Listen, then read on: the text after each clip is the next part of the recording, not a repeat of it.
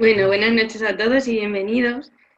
Como podéis ver en el cartel, hace referencia a la canción One Away de One Direction y quiere decir de una manera u otra.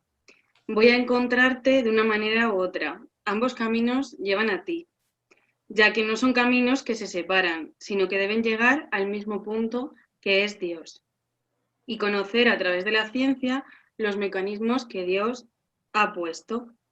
Entonces, este grupo, aunque se separaron, no iban mal encaminados. Bueno, quería presentar, está con nosotros esta noche don Luis Gaona Fraga, es físico y doctor en teología. Gracias por colaborar con nosotros y a nuestro párroco don Emilio Palomo por contribuir y hacer posible este diálogo de ciencia y fe. Quería comentar algunas cosas antes de que empiece don Luis Gaona.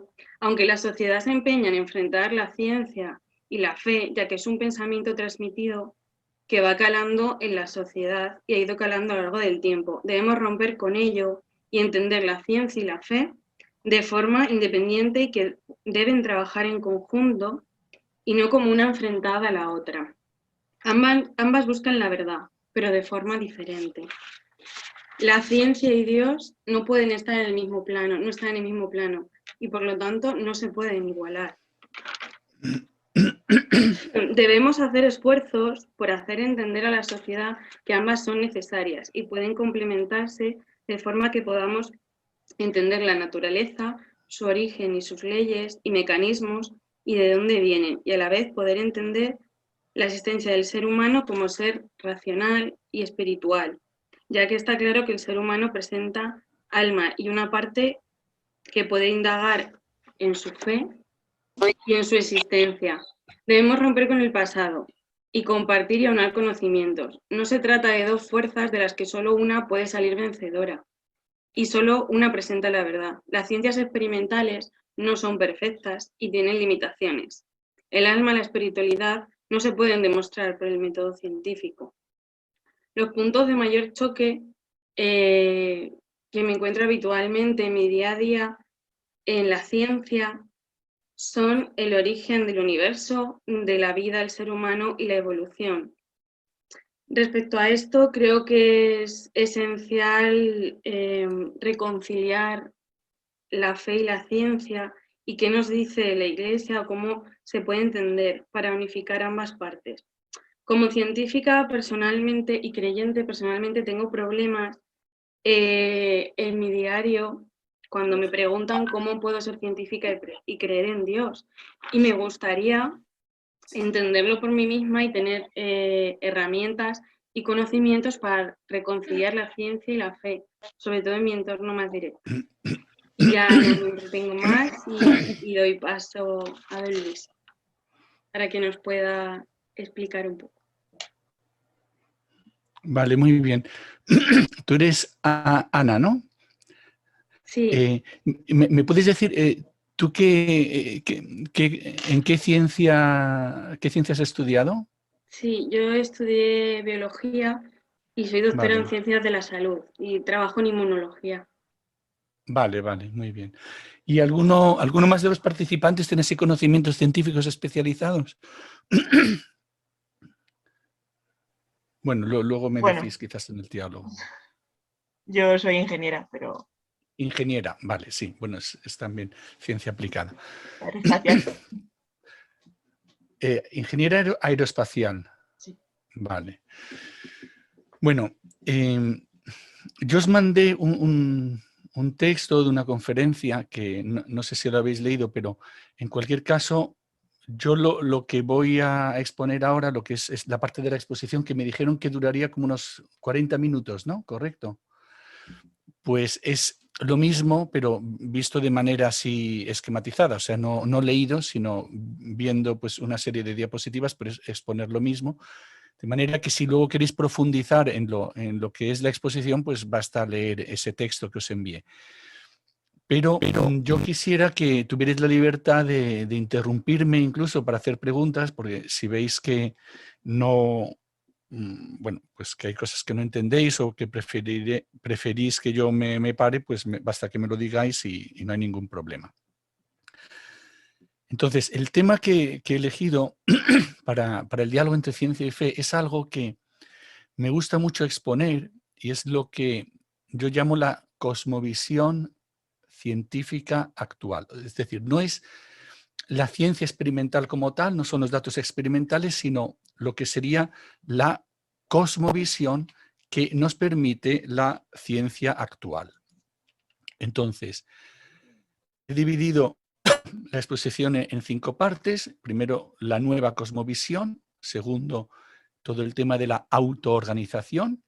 Luego, el orden natural y la información. Y por último, que ya sería la parte filosófica, ¿qué podemos sacar en limpio de todos estos datos para llegar a Dios o para hacer que dialoguen lo que es la ciencia, las ciencias experimentales con la fe?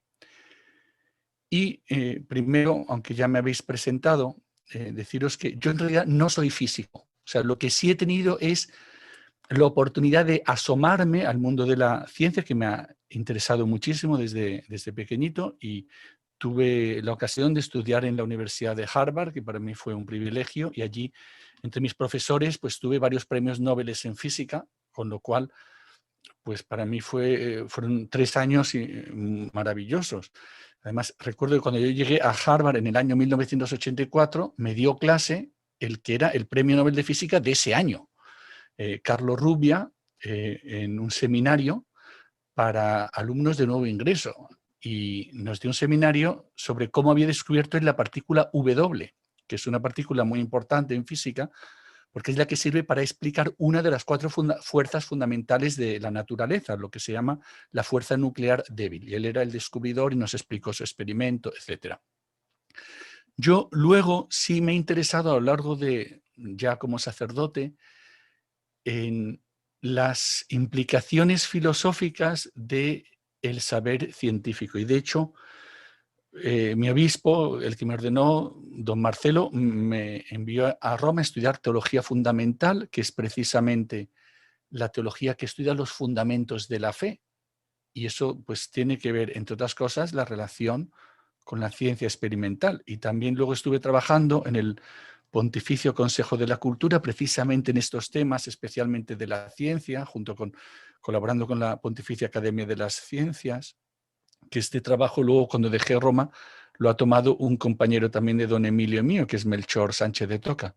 Y luego, cuando he vuelto a la diócesis, llevo años explicando la filosofía de la naturaleza. Y de hecho, lo que os voy a transmitir es como un resumen de lo que yo transmito en mis clases de filosofía de la naturaleza, en las cuales yo me baso en un sacerdote y filósofo muy querido por mí, muy buen amigo, murió prematuramente en el año 2006. Mariano Artigas era un sacerdote del Opus Dei, de la Facultad de Filosofía de Navarra, y él dedicó su vida a el tema de la ciencia y la fe.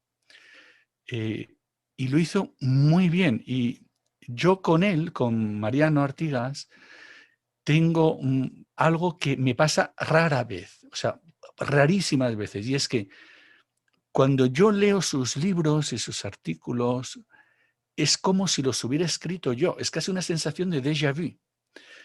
Y yo, además, Emilio me conoce, yo soy muy crítico en cualquier autor, siempre encuentro pegas, pero con Artigas es lo contrario, es como si yo me hubiera dedicado a lo que él se dedicó, que es el diálogo entre ciencia y fe, yo hubiera llegado exactamente a las mismas conclusiones que él.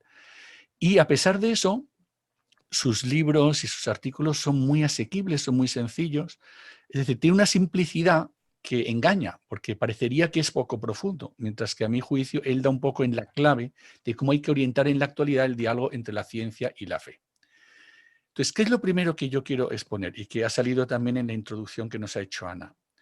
Que tenemos algo muy positivo del momento actual y es que estamos viviendo un cambio de época, un cambio incluso de edad. El último cambio de edad, por así decirlo, que cambió completamente la historia fue el Renacimiento, que además, entre otras cosas, un elemento fundamental de ese cambio fue el descubrimiento de la ciencia experimental moderna. Y sabéis que se pasó, pues los antiguos tenían una ciencia que a lo largo de la Edad Media pues, se transmitió. Era una determinada visión del mundo centrada en la Tierra, y todo esto cambió cuando Copérnico introduce un sistema heliocéntrico centrado en el Sol. Y hubo grandes genios que a lo largo de los siglos XVI y XVII introdujeron pues, lo que hoy conocemos como la ciencia experimental moderna, Nicolás Copérnico, y también Leonardo da Vinci, Galileo, etc. ¿Qué es lo que sucede hoy? Hoy la ciencia ha llegado a una madurez tal que podemos decir que ha cambiado completamente el paradigma científico. Es decir, desde el Renacimiento hasta finales del siglo XX, la ciencia ha ido progresando, pero ese progreso nos ha llevado a una concepción completamente nueva, donde la visión que tenemos del mundo es otra. O sea, sigue otros esquemas, otras categorías. Y para resumirlo, pues basta recordar la doctrina que nos enseña la astrofísica sobre la evolución del universo a partir de una singularidad inicial, que es lo que llamamos el Big Bang, la gran explosión, y luego lo que es el universo inflacionario, que empezó a expandirse a un ritmo increíblemente grande y luego pues se fue expandiendo más lentamente hasta que fueron apareciendo las galaxias, luego la Tierra, la vida, etc. Entonces, la visión de conjunto que nosotros tenemos ahora es algo muy nuevo. Fijaos que, como digo, en la antigüedad tenían conocimientos científicos. O sea, el sistema de Ptolomeo era un sistema muy sofisticado para calcular pues, los movimientos de los planetas, y también en la Edad Media pues, había su ciencia. Pero lo que introdujeron pues, estos grandes genios, Leonardo da Vinci fue un precursor, por así decirlo, pero luego sobre todo Galileo Galilei y por último Newton, montado sobre los hombros de sus predecesores, él lleva a su plenitud o sea, lo que es el nacimiento ya definitivo de la ciencia moderna, cuando publica sus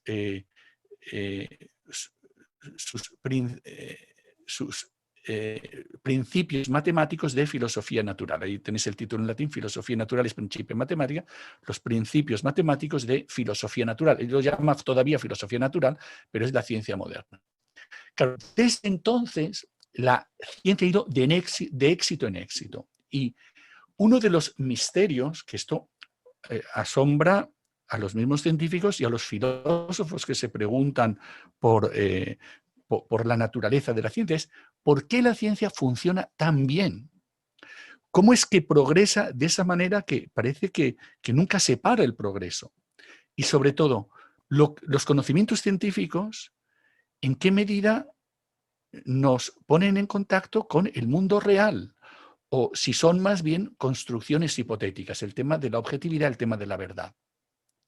Fijaos que ya los antiguos se preguntaron estas cosas. Por ejemplo, Galileo, él tenía una filosofía de la naturaleza que le servía para explicar lo que él estaba haciendo como científico. Pero hoy en día, cuando nosotros vemos las explicaciones que daban los pioneros, pues nos reímos un poco, porque fijaos, Galileo tiene esta frase famosa que dice que el universo está escrito en lengua matemática. Y entonces, si tú sabes matemáticas, tú sales al campo, miras por los anteojos, sabes que él descubrió el telescopio, y entonces, con esos símbolos, triángulos, círculos y figuras geométricas propios de la matemática y de la geometría, pues tú lees el universo. O sea, tienes el medio, tienes el lenguaje para interpretar las leyes científicas. Claro, esto es una simplificación tremenda. O sea, no es así de sencillo. No es que tú sabes un poco de matemáticas y sales a leer en el universo. Otro filósofo famoso fue Francis Bacon, que él era también un enamorado del método científico. Él decía que lo propio del método científico frente a los filósofos antiguos es que tú sales al campo con tu cuaderno de notas, vas tomando datos y luego esos datos los relaciones y te salen las leyes. Ojalá fuera así de sencillo la ciencia, pero de ninguna manera es así de sencillo, porque el método científico conjuga dos elementos muy difíciles, que es la experimentación y la teoría. Y precisamente la sutilidad de cómo hay que encontrar explicaciones teóricas y cómo hay que encontrar experimentos sofisticados que justifiquen esas construcciones teóricas es lo que hace que la ciencia tardara muchísimos siglos en nacer y que para ser científico hace falta tener unas cualidades que no las tiene todo el mundo. Ahora bien, yo de lo que voy a hablar aquí no es de la ciencia, sino de la cosmovisión científica. ¿Y qué diferencia hay? Fijaos, los científicos piensan sobre los datos que ellos obtienen pues, en sus experimentos o en sus campos respectivos. Esta es la figura del pensador, que es típica de Angola, ¿eh? Pero bueno, no solamente los angoleños, todo hombre tiende a la filosofía, a reflexionar sobre los datos. ¿Y qué es una cosmovisión? Una cosmovisión es una visión unitaria del mundo, del universo, en base a los datos científicos. Pero aunque podemos hablar de la cosmovisión científica actual en general, cada uno se construye su propia cosmovisión y en base a los datos que tenga. Es verdad que hoy tenemos datos que no tenían los antiguos, pero esa unificación de los datos es un trabajo propio de la filosofía. ¿Por qué? Porque tienes que generalizar, tienes que destacar unas cosas sobre otras. Y entonces eso ya no es ciencia, aunque parte de los datos de la ciencia. Nosotros en la filosofía partimos de los datos de la ciencia y luego también de los datos que tenemos por la experiencia ordinaria. Y las cosmovisiones científicas producen cambios culturales profundos. De hecho, antes he hablado del Renacimiento, y el Renacimiento, con el nacimiento de la física, que fue la ciencia que nació entonces, hace que prevaleciera desde el punto de vista filosófico una visión del mundo mecanicista. Es decir, interpretar todo el universo como si todo fueran máquinas, incluso los seres vivos. Sabéis que el paradigma de ese tipo de filosofía fue Descartes, ¿eh? Y esta visión, que podemos llamar renacentista, que es una filosofía basada en la ciencia, no es ciencia, es una visión del mundo basada en la ciencia, se opone a lo que podríamos llamar la cosmovisión de la antigüedad.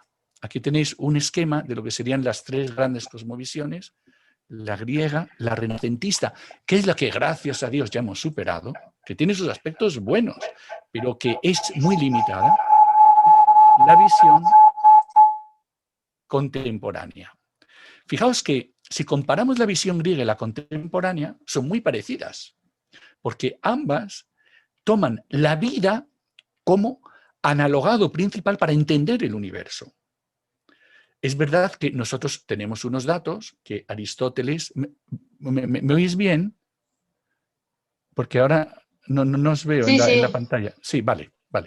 Aristóteles no tenía los datos que tenemos nosotros. Vosotros sabéis que Aristóteles, además de ser filósofo, era también biólogo. Y los estudios de biología de Aristóteles tardaron muchos siglos en ser superados. Él, entre otras cosas, tenía unos estudios sobre el embrión impresionantes. Y podéis preguntar, ¿y cómo podía estudiar el embrión Aristóteles? Pues con los medios que tenía, con los huevos, iba estudiando los pollitos en los distintos estados de su crecimiento. O sea que él tenía un conocimiento profundo de la biología, tal y como se puede conocer por la experiencia ordinaria. Y para él, lo más importante de este mundo natural son las sustancias, y el modelo de las sustancias son los organismos vivos. Y esto se parece bastante a lo que vamos a describir, porque la cosmovisión contemporánea se centra en un concepto que es el de autoorganización, basado en una información que guía los procesos, y esto tiene mucho que ver con la vida, pero lo que es característico de la visión actual es que no solamente la vida, sino que todo lo real, todo el mundo material, todo el mundo físico, tiene que ver con la autoorganización. Y esto es algo maravilloso. Y es lo que llamamos la nueva cosmovisión. ¿Por qué la llamamos nueva? No solamente por querer ser enfáticos, decir, qué nuevo es esto, sino porque por primera vez en la historia tenemos un conocimiento que no es total, pero sí conocemos todos los niveles importantes de la naturaleza, desde el más pequeño hasta el más grande. Y esto es algo que solamente en un tiempo muy reciente se ha logrado. Porque los elementos básicos de lo que llamamos el nivel físico-químico o también el nivel microfísico, pues solamente se ha podido llegar al fondo de ese nivel cuando hemos desarrollado en el siglo XX la mecánica cuántica, los estudios de las partículas subatómicas, de los quarks, hemos descubierto las fuerzas nucleares, solamente cuando se ha logrado, y eso ha sido en el siglo XX. Pero es que también el nivel más grande, que es quizás el más impresionante que hayamos llegado a este conocimiento, que es el nivel astrofísico, las galaxias, vosotros pensad que a principios del siglo XX, hacia 1920, todavía no había una evidencia definitiva de la existencia de galaxias. Porque sí, se conocía la Vía Láctea y las nebulosas que hay en la Vía Láctea, pero no se tenía conciencia de que algunas de esas nebulosas que tú ves no son de nuestra galaxia, sino que son galaxias lejanísimas y que hay millones y millones de esas galaxias. Con lo cual, y no solamente hemos conocido la inmensidad del universo, sino que conocemos su evolución. Cosa impresionante que se haya podido llegar a eso. Y también en el campo de la vida. A mediados del siglo XX es cuando se descubre pues, el ADN como el material genético, y sabéis que hoy en día pues, es la ciencia que está más en desarrollo, la genética y todo lo que tiene que ver con ella. Entonces, estos 4 niveles, lo que podríamos llamar el nivel físico-químico, el nivel astrofísico, que es lo más grande, el nivel macrofísico, y luego en el nivel intermedio, o que podemos llamar el nivel mesofísico, pues tanto lo que es la Tierra, como la biosfera y todo el planeta Tierra en su conjunto, nivel geológico, y luego lo más impresionante que conocemos del universo físico, que es la vida, los vivientes. El conocimiento de estos 4 niveles, sus relaciones mutuas y luego el orden que hay en cada nivel, solamente se ha logrado a lo largo del siglo XX.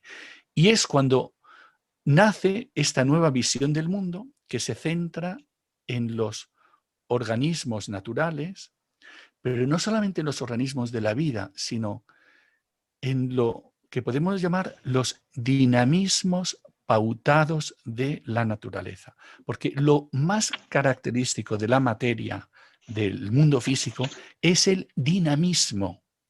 Pero un dinamismo pautado, es decir, que genera estructuras, las cuales a su vez son fuente de nuevos dinamismos. Eso es lo que más define la naturaleza, y de hecho así es como la define Artigas. Y lo más impresionante es que cuanto más conocemos esos dinamismos pautados, nos han permitido conocer los niveles de organización de la naturaleza. Y hoy en día esto es algo tan actual que basta que pongáis en un buscador por internet niveles de organización y os salen un montón de cosas. Porque se ha desarrollado todo lo que es la teoría de la complejidad. Fijaos que lo propio de la visión renacentista y materialista que se divulgó en siglos pasados y que por desgracia culturalmente sigue influyendo muchísimo, es un reduccionismo. Reducir todo a lo material, reducirlo todo a la materia. Mientras que hoy en día, los que saben de verdad, te hablan de la complejidad irreductible. Es decir, hoy en día el reduccionismo es para los que aún no se han enterado que la visión del mundo ha cambiado. Y por eso vamos a hablar de lo que llamamos la autoorganización. Es decir, ¿qué es la autoorganización? La autoorganización es lo que hace el universo.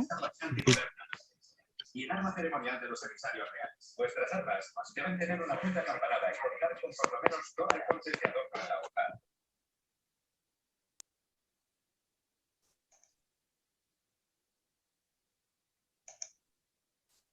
Luis, te hemos perdido. Sí, es que me han silenciado porque querían silenciar a otro. ¿Ahora se me oye? Sí. ¿Se me oye ahora? Vale.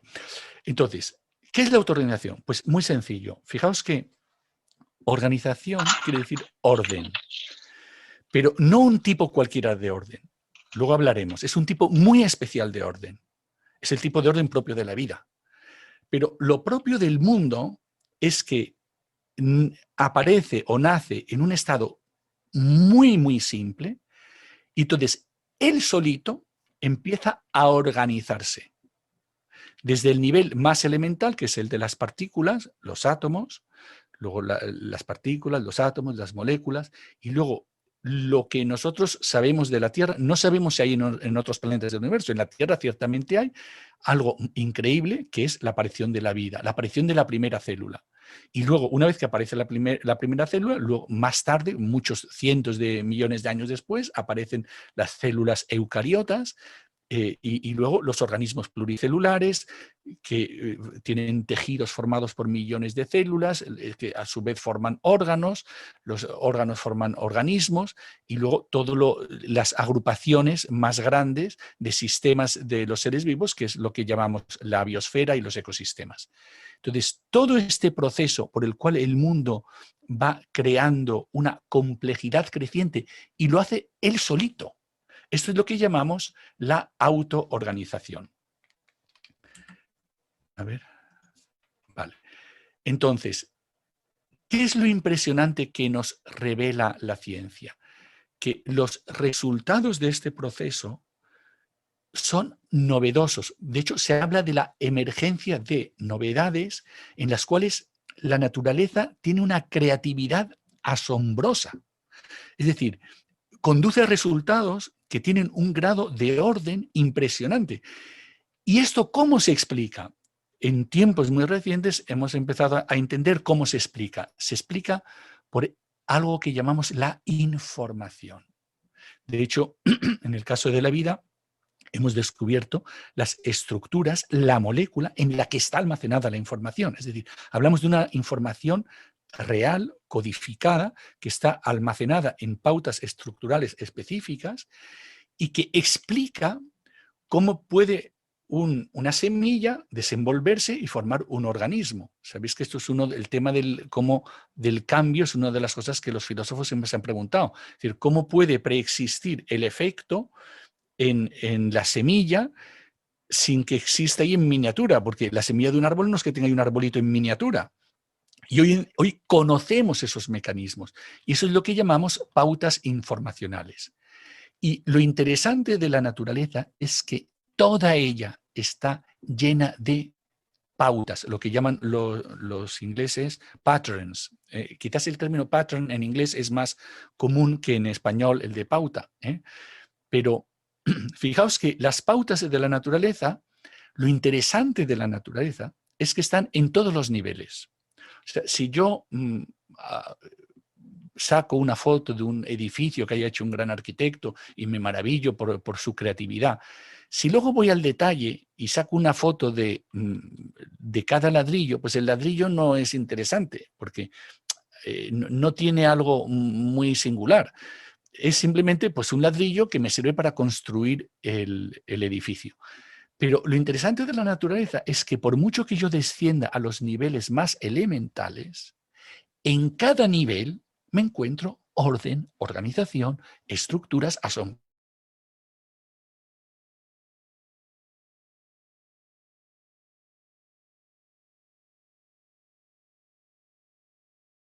Cada nivel de organización sirve para explicar el nivel siguiente. Aquí tenéis pues, una representación muy simple, tomada de un libro de Artigas. Pues la materia se organiza a nivel de los átomos y de las moléculas. Luego eso a veces tiene manifestaciones macroscópicas, como son los cristales. Por ejemplo, si tú vas por Aragón, por el campo te puedes encontrar un cristal de aragonito que te llama la atención porque cristaliza en forma hexagonal y eso, bueno, pues la ciencia lo explica, o sea, cómo se forman los cristales, eso tiene una ley física que lo explica.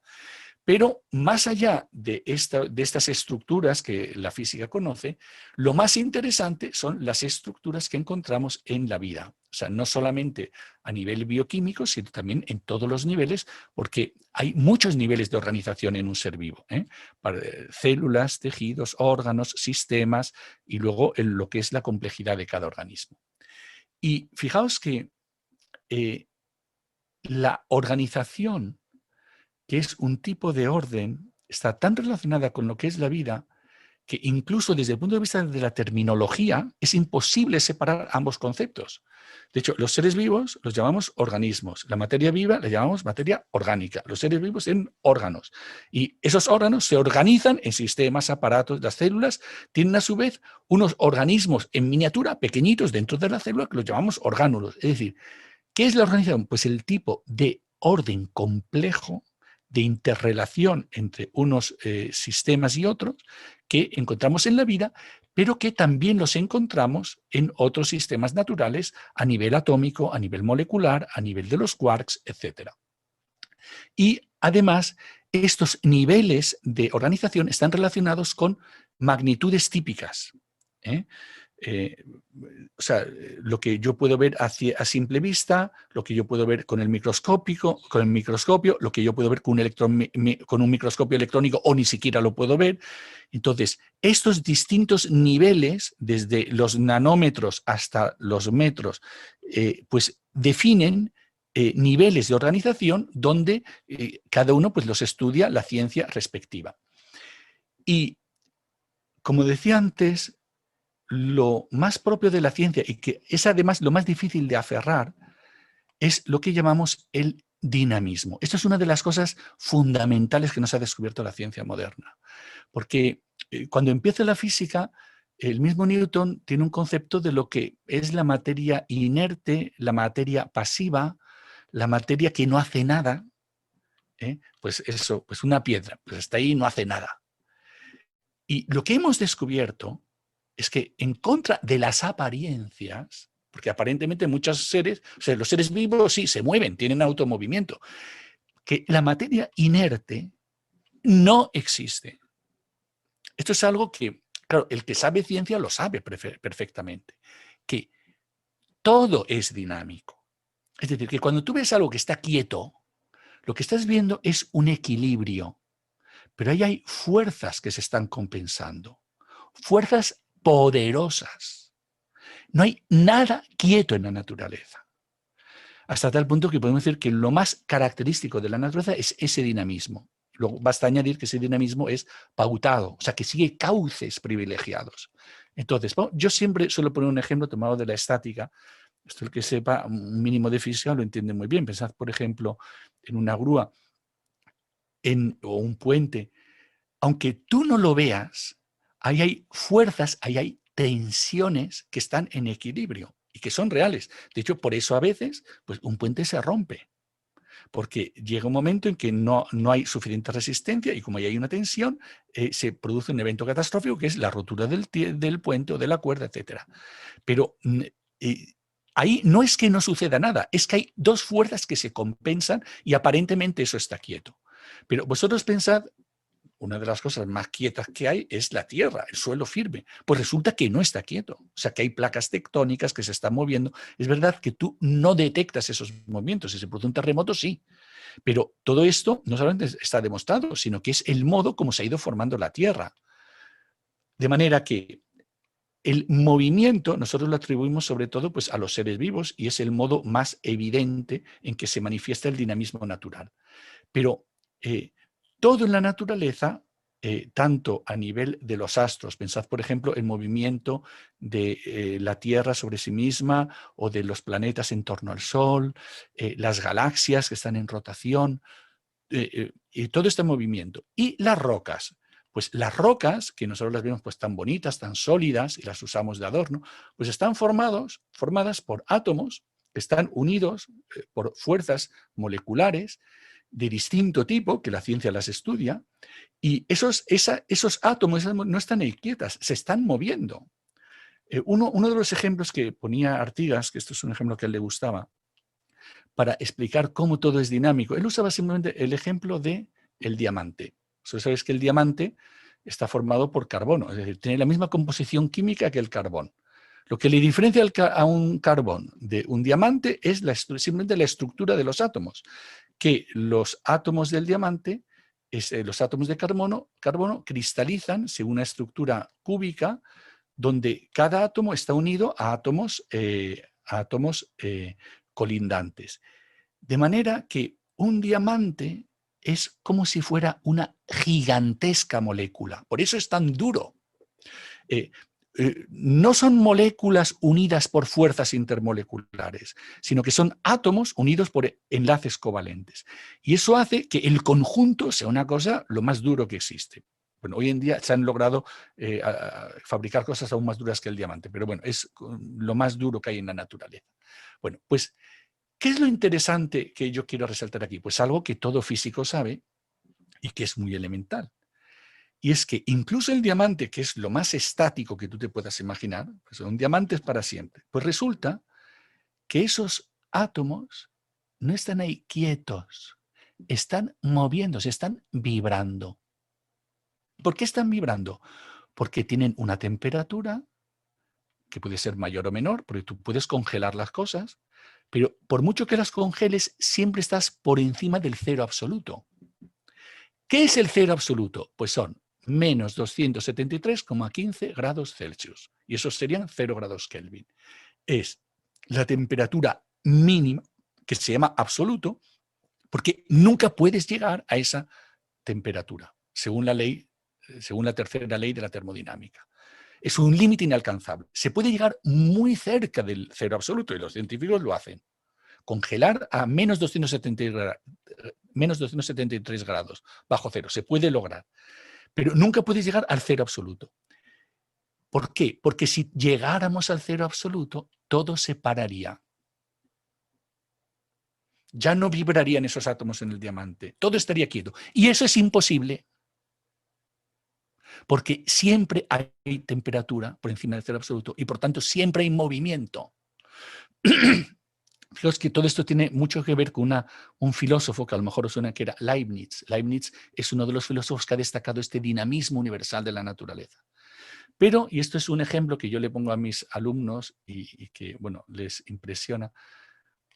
Bueno, antes de llegar al ejemplo que iba a decir, también en el átomo, esa materia tan estática, tan dura que vemos en los materiales inertes, pues resulta que cuando tú llegas al nivel del átomo, son electrones en un movimiento impresionante, en distintas capas electrónicas, y dentro tienes el núcleo del átomo, que supuestamente pues es algo también pues muy estable, por lo tanto muy quieto, pues de quieto nada, porque, bueno, por cierto, los electrones es lo que es increíble, según la mecánica cuántica, es que esos movimientos tienen lugar según una geometría maravillosa, que es lo que llamamos los orbitales electrónicos. Por cierto, esto no, para el que no sepa ciencia, esto sería la geometría de cómo se mueven los electrones en el átomo. No son flores, porque en alguna conferencia que he dado esto me decía, ¿qué son esas flores? No, no son flores, estas son las soluciones de unas ecuaciones de la mecánica cuántica que te dicen por dónde va cada electrón, y cada uno va por su órbita y no se confunde una órbita con la otra. Pero si nos fijamos en lo que es el núcleo del átomo, entonces, bueno, pues eso sí que estará quieto, porque ahí hay protones y neutrones, están ahí sin hacer nada. ¿Cómo que sin hacer nada? Bueno, lo primero que hay que decir es que cada uno de esos protones y neutrones está formado por 3 quarks. Y que esos protones y neutrones están intercambiando unas partículas que se llaman piones.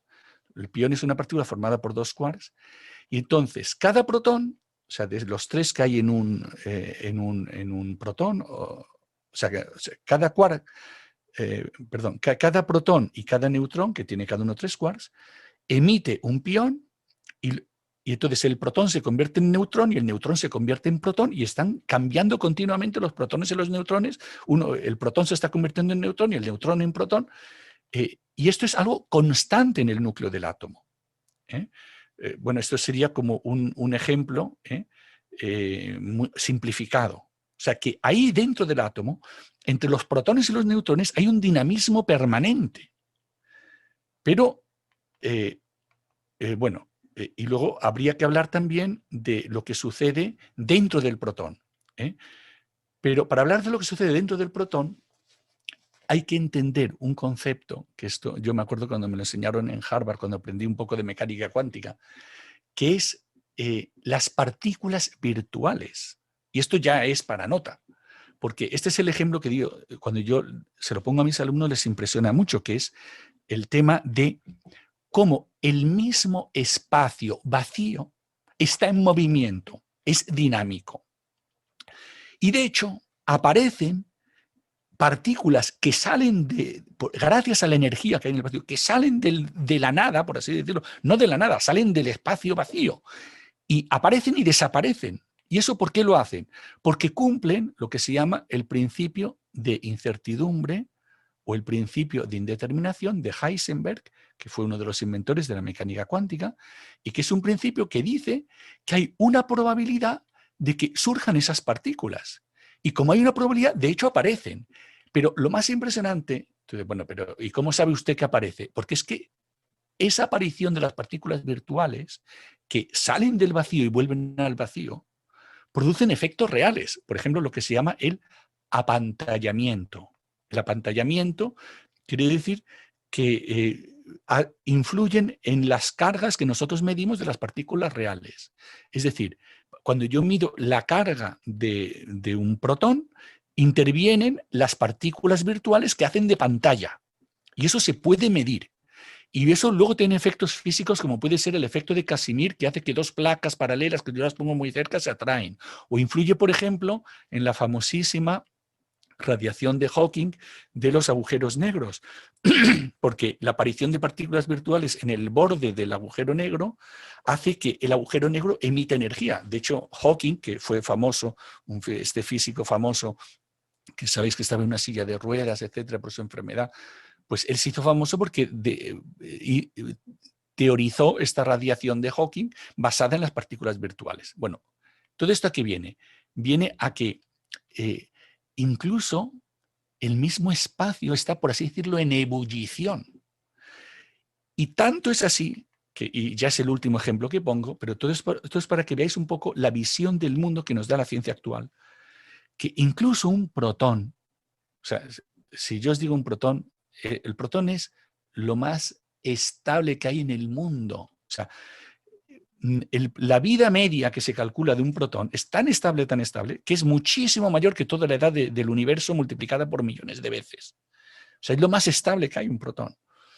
Pues resulta que dentro del protón, o sea, nosotros para simplificar decimos que hay 3 quarks, pero tampoco es verdad eso, porque esos 3 quarks son los que se llaman los quarks de valencia. Pero esos quarks solamente representan un 2% de la masa del protón. ¿Y cuál es toda la otra masa del protón? Son quarks virtuales que aparecen y desaparecen. ¿Vale? De manera que cada protón, imaginadle el número de protones, es un mar de quarks y sin embargo tiene una estructura solidísima. O sea, que no, ¿entendéis?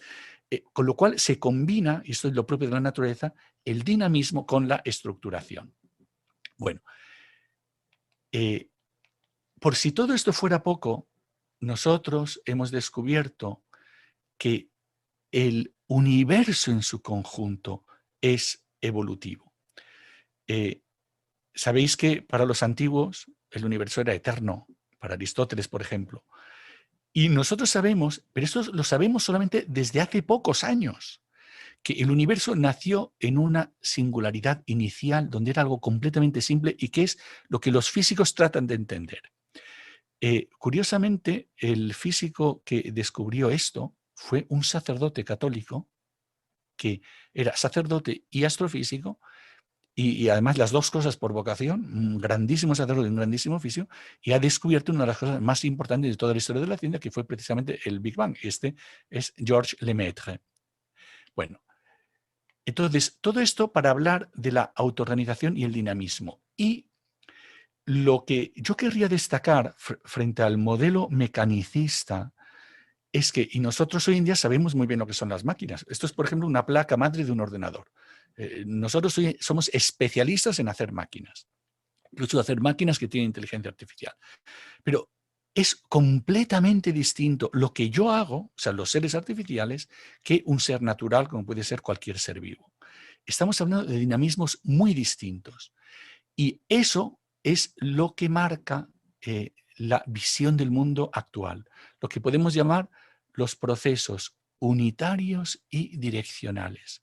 Fijaos que toda la filosofía de Aristóteles era una filosofía basada en la finalidad, en las tendencias hacia fines. Eso es justo lo que hoy hemos descubierto en todos los niveles de la naturaleza. Procesos unitarios y direccionales en los cuales se produce un entrelazamiento entre dinamismo y estructuración. Basta pensar en los ciclos, por ejemplo, pues una semilla que germina y luego produce un árbol, que a su vez produce otras semillas. Todo ese ciclo es una pequeña estructura, que es la semilla, donde hay una información y que guía un proceso que a su vez lleva a otras estructuras y las cuales a su vez son fuente de nuevos procesos. Eso, claro, este tipo de círculos entre dinamismo y estructuración en la vida pues son muy comunes, pero también lo encontramos a nivel atómico, por ejemplo, los procesos que tienen que ver con los electrones.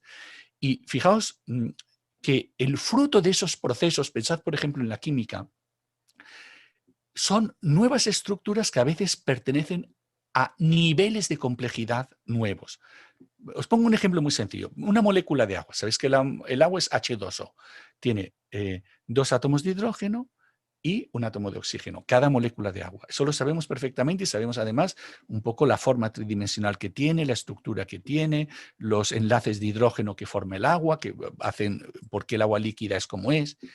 Bueno, pues el agua no es que si yo tengo el hidrógeno y tengo el oxígeno, ya sé lo que es el agua, porque la molécula de agua es una realidad nueva, no es ni un átomo de hidrógeno, o sea, no es un átomo de hidrógeno ahí pegado a un átomo de oxígeno, es una nueva unidad. Y lo propio de la naturaleza es que los procesos físicos y químicos y biológicos dan lugar a unidades que son las que luego van caracterizando cada uno de los niveles de la naturaleza, desde los más simples hasta los más complejos.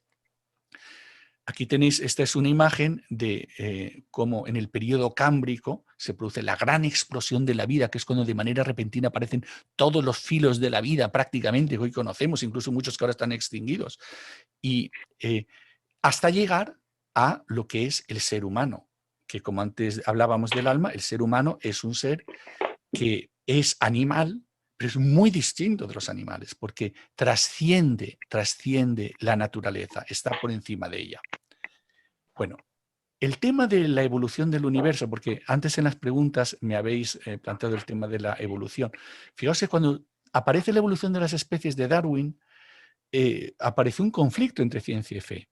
Pero curiosamente, hoy en día sabemos que lo que evoluciona no es solo la vida. Todo evoluciona. Y esto, más que plantear problemas a la fe, lo que hace es suscitar las preguntas clásicas que se hace el creyente, como por ejemplo la pregunta por la creación. Yo os decía antes que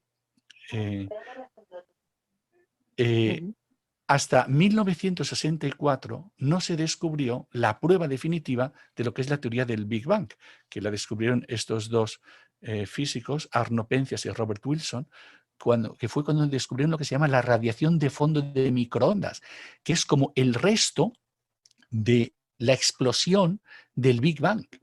Y a partir de entonces es cuando tenemos este modelo del universo y de lo que es toda su evolución.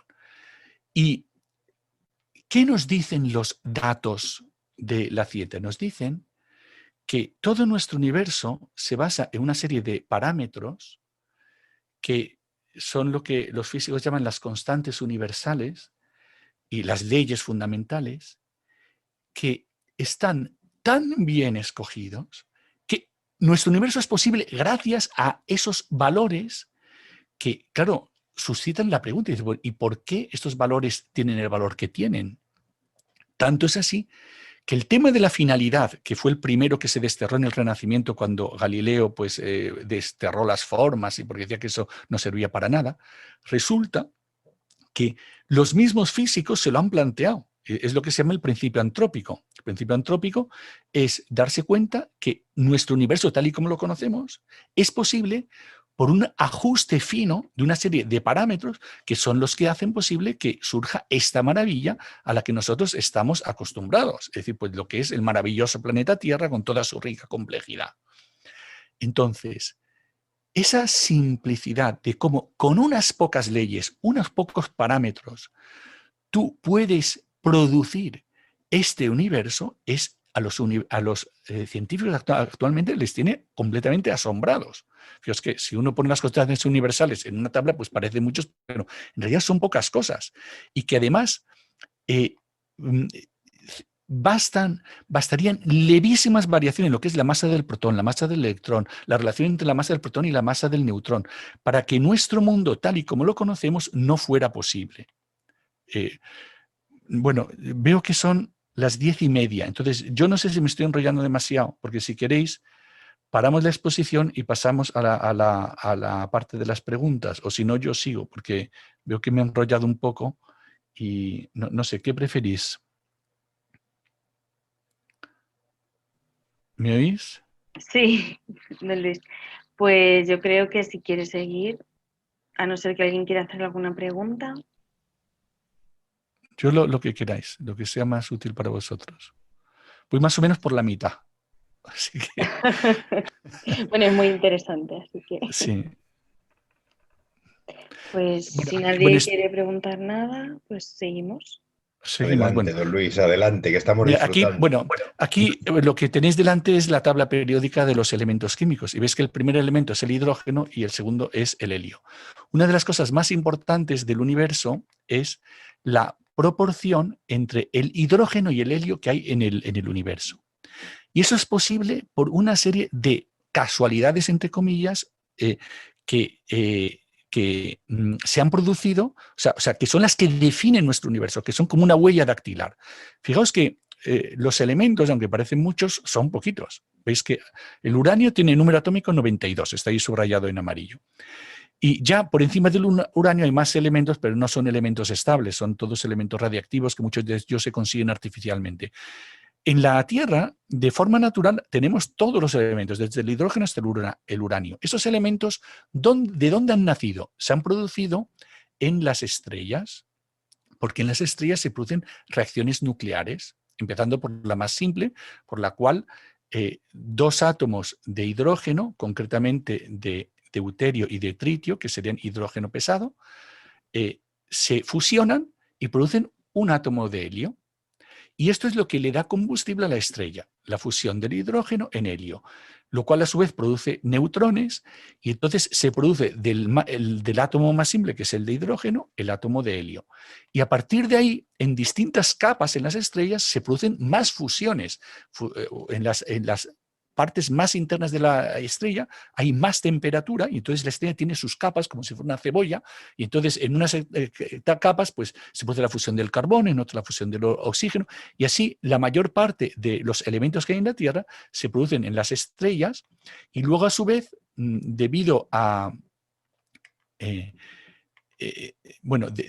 debido al ciclo de vida de las estrellas, cuando una estrella llega al final de su vida y estalla, esos elementos que se han producido dentro de la estrella, pues se salen al universo y a su vez son los que forman los planetas.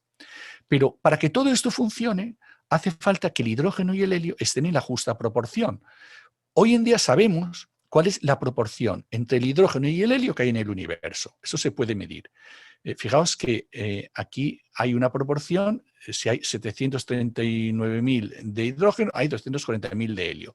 Y luego, pues de todos los demás elementos, pues mucho menos. Y esto es posible porque esta fuerza nuclear débil, que os decía que Carlo Rubbia descubrió la partícula W, que es la que explica esta fuerza nuclear débil, que esta fuerza nuclear lo que hace, por ejemplo, es que un neutrón se descomponga. El neutrón es muy estable dentro del núcleo del átomo, pero un neutrón que vaya por ahí solo, pues se descompone por medio de la partícula W en un electrón y un neutrino.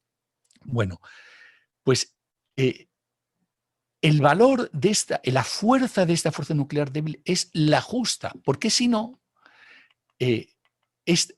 o bien todo el universo sería hidrógeno o todo el universo sería helio y entonces no se podrían producir esos procesos de fusión que son los que explican la rica complejidad química del universo. Bueno, entonces,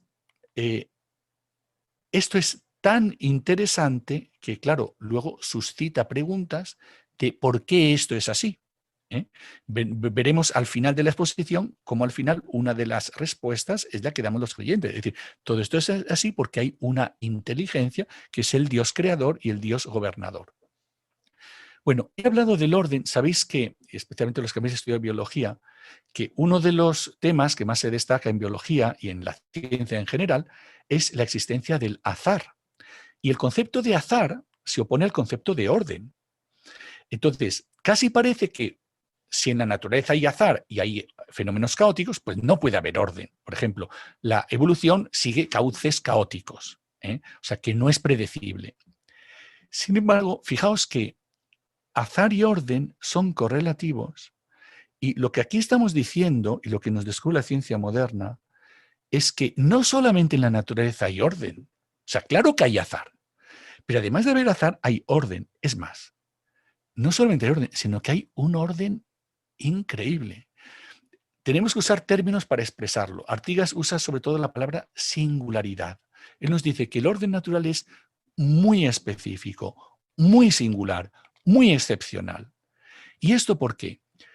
Fijaos que antes he hablado de las estructuras naturales y la palabra estructura está relacionada con el orden, porque por la misma definición, una estructura es una distribución y orden de las partes. Es decir, estructura y orden son dos conceptos relacionados.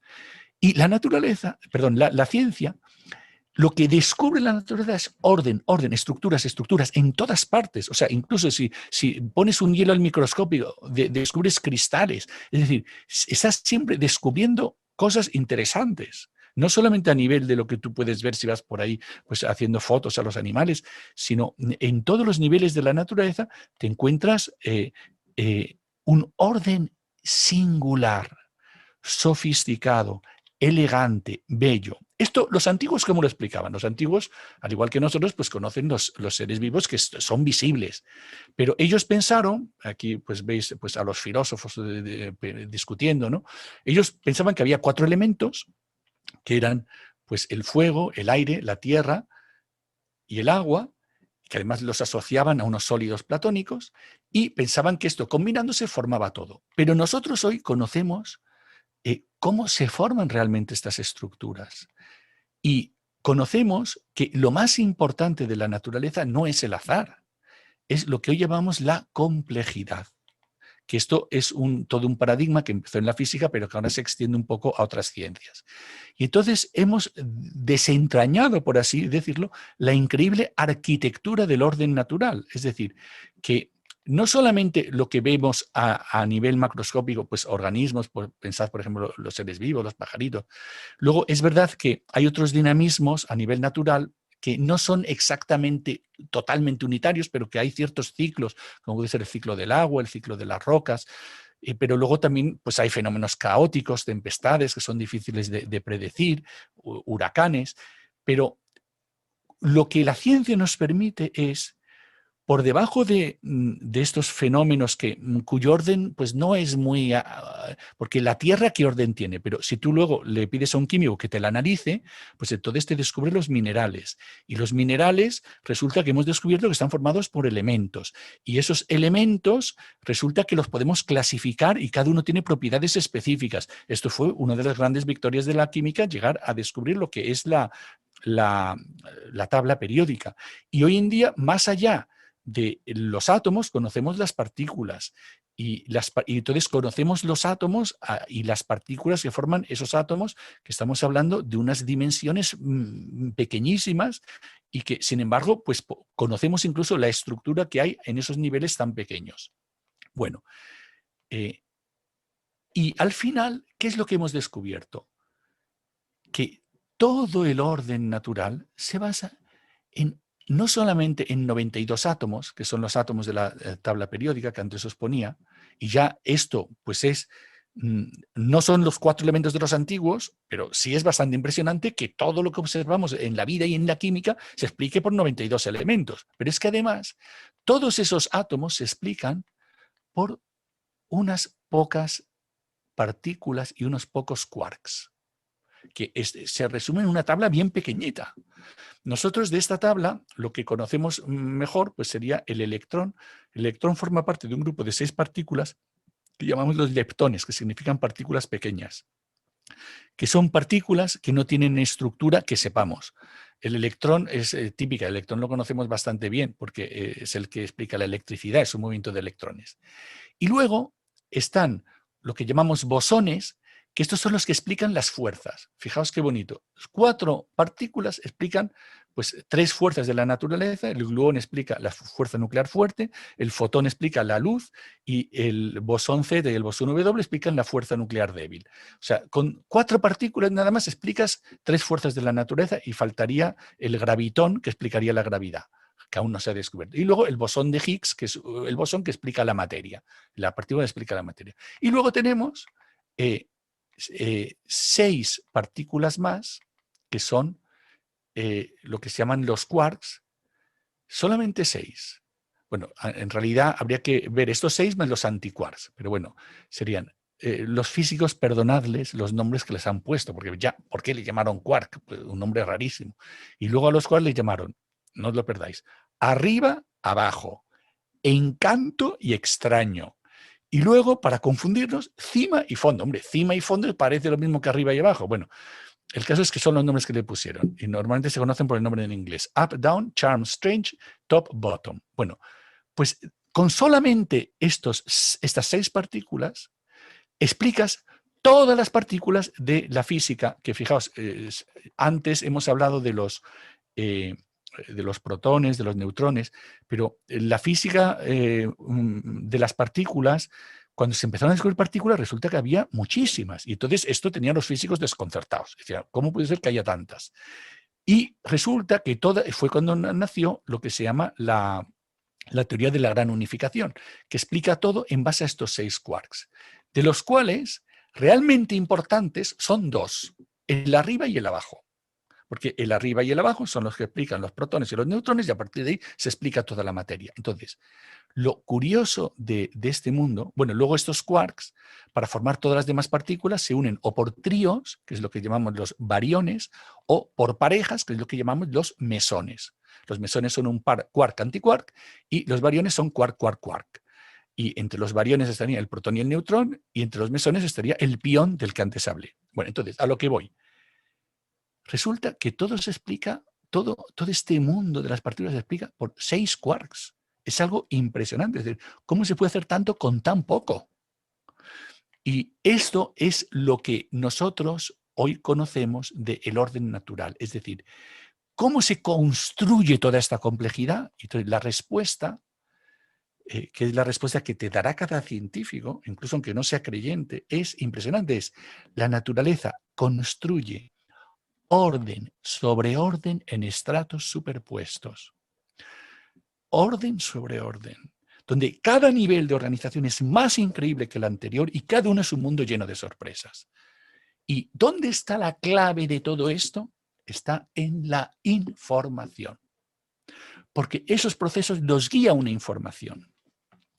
Entonces, la información es la que nos ha descubierto. Y esto frente al materialismo, porque el materialismo dice, todo es materia, todo es azar, todo es necesidad. No, en el mundo hay racionalidad. Es verdad que es una racionalidad que podemos llamar inconsciente. Eso parece una contradicción, porque si es consciente, pues no es racional. Pero si es inconsciente, no es racional. Lo racional es consciente. Pues la naturaleza no es consciente. Es decir, la naturaleza no piensa. Lo racional es lo que tú has pensado. Antes os ponía un ejemplo de una placa madre de un ordenador. En un ordenador todo está diseñado. Los circuitos, la memoria RAM, el procesador, todo está diseñado. No hay nada que no esté diseñado. Está todo pensado porque tú quieres llegar a un resultado. Y en ese sentido, lo artificial es completamente racional. ¿Qué pasa con lo natural? Que aunque es inconsciente, porque eso nadie lo ha pensado, muestra, evidencia una racionalidad en sus resultados y en el modo de conseguirlos. Porque realmente hay una información que va guiando unos procesos y te encuentras en la materia los elementos típicos de la información que hoy en día conocemos porque manejamos la información de manera incluso electrónica, las señales, el código, el almacenamiento, la comunicación, la interpretación de las señales, la integración de unas informaciones con otras.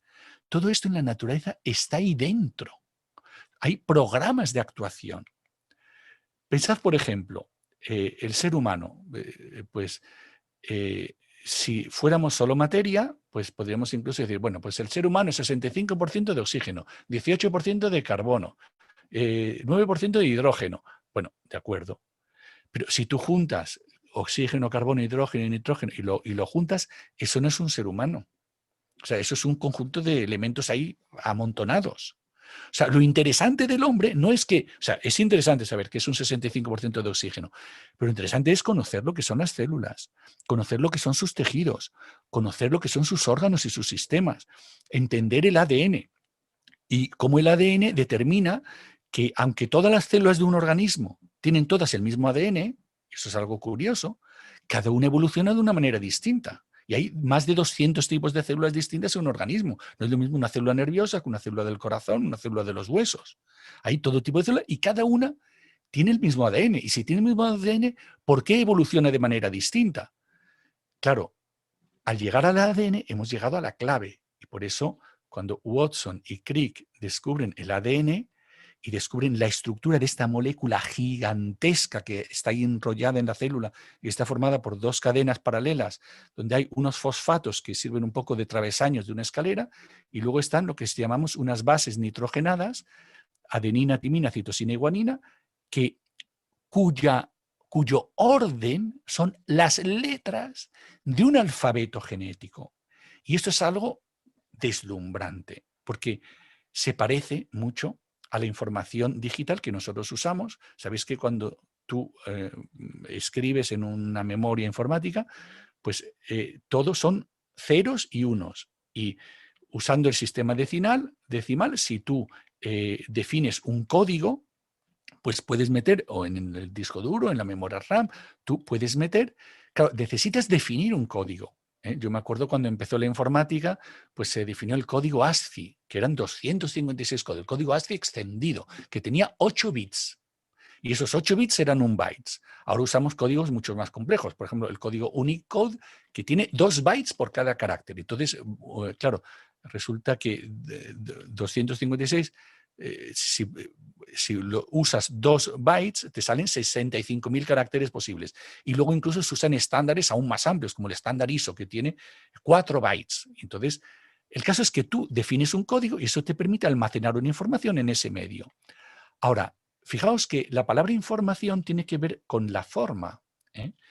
Y, de hecho, la información genética es algo que es muy difícil de definir, porque no es una información donde tú usas un código arbitrario como lo que usamos nosotros y entonces ya puedes poner ahí todo el lenguaje que tú quieras o toda la información. La información genética es algo muy especial. De hecho, si tú miras la definición del diccionario, te lo define, es una trampa, porque te dicen, información genética, conjunto de mensajes codificados en los ácidos nucleicos que origina la expresión de los caracteres hereditarios propios de los seres vivos mediante reacciones bioquímicas. Sí, es eso. Eso es una definición descriptiva. Pero lo interesante es que ahí tienes no solamente una máquina que sirve para hacer cosas, porque ese ADN sirve para hacer cosas que tiene que hacer la célula, sino que realmente tienes una información y la gran pregunta es, ¿esa información de dónde viene? ¿Cuál es su origen? Fijaos que esto nos lleva a distinguir dentro de las distintas pautas que hay en la naturaleza, distinguir entre dos tipos de pautas. Unas, lo que podríamos llamar las leyes dinámicas, que esto ya desde el tiempo de Newton y Galileo, pues es lo que iba descubriendo la ciencia. Pero hoy en día hemos descubierto las pautas informacionales. Y esto es algo, a mí me gusta siempre poner el ejemplo de este Dean Kenyon.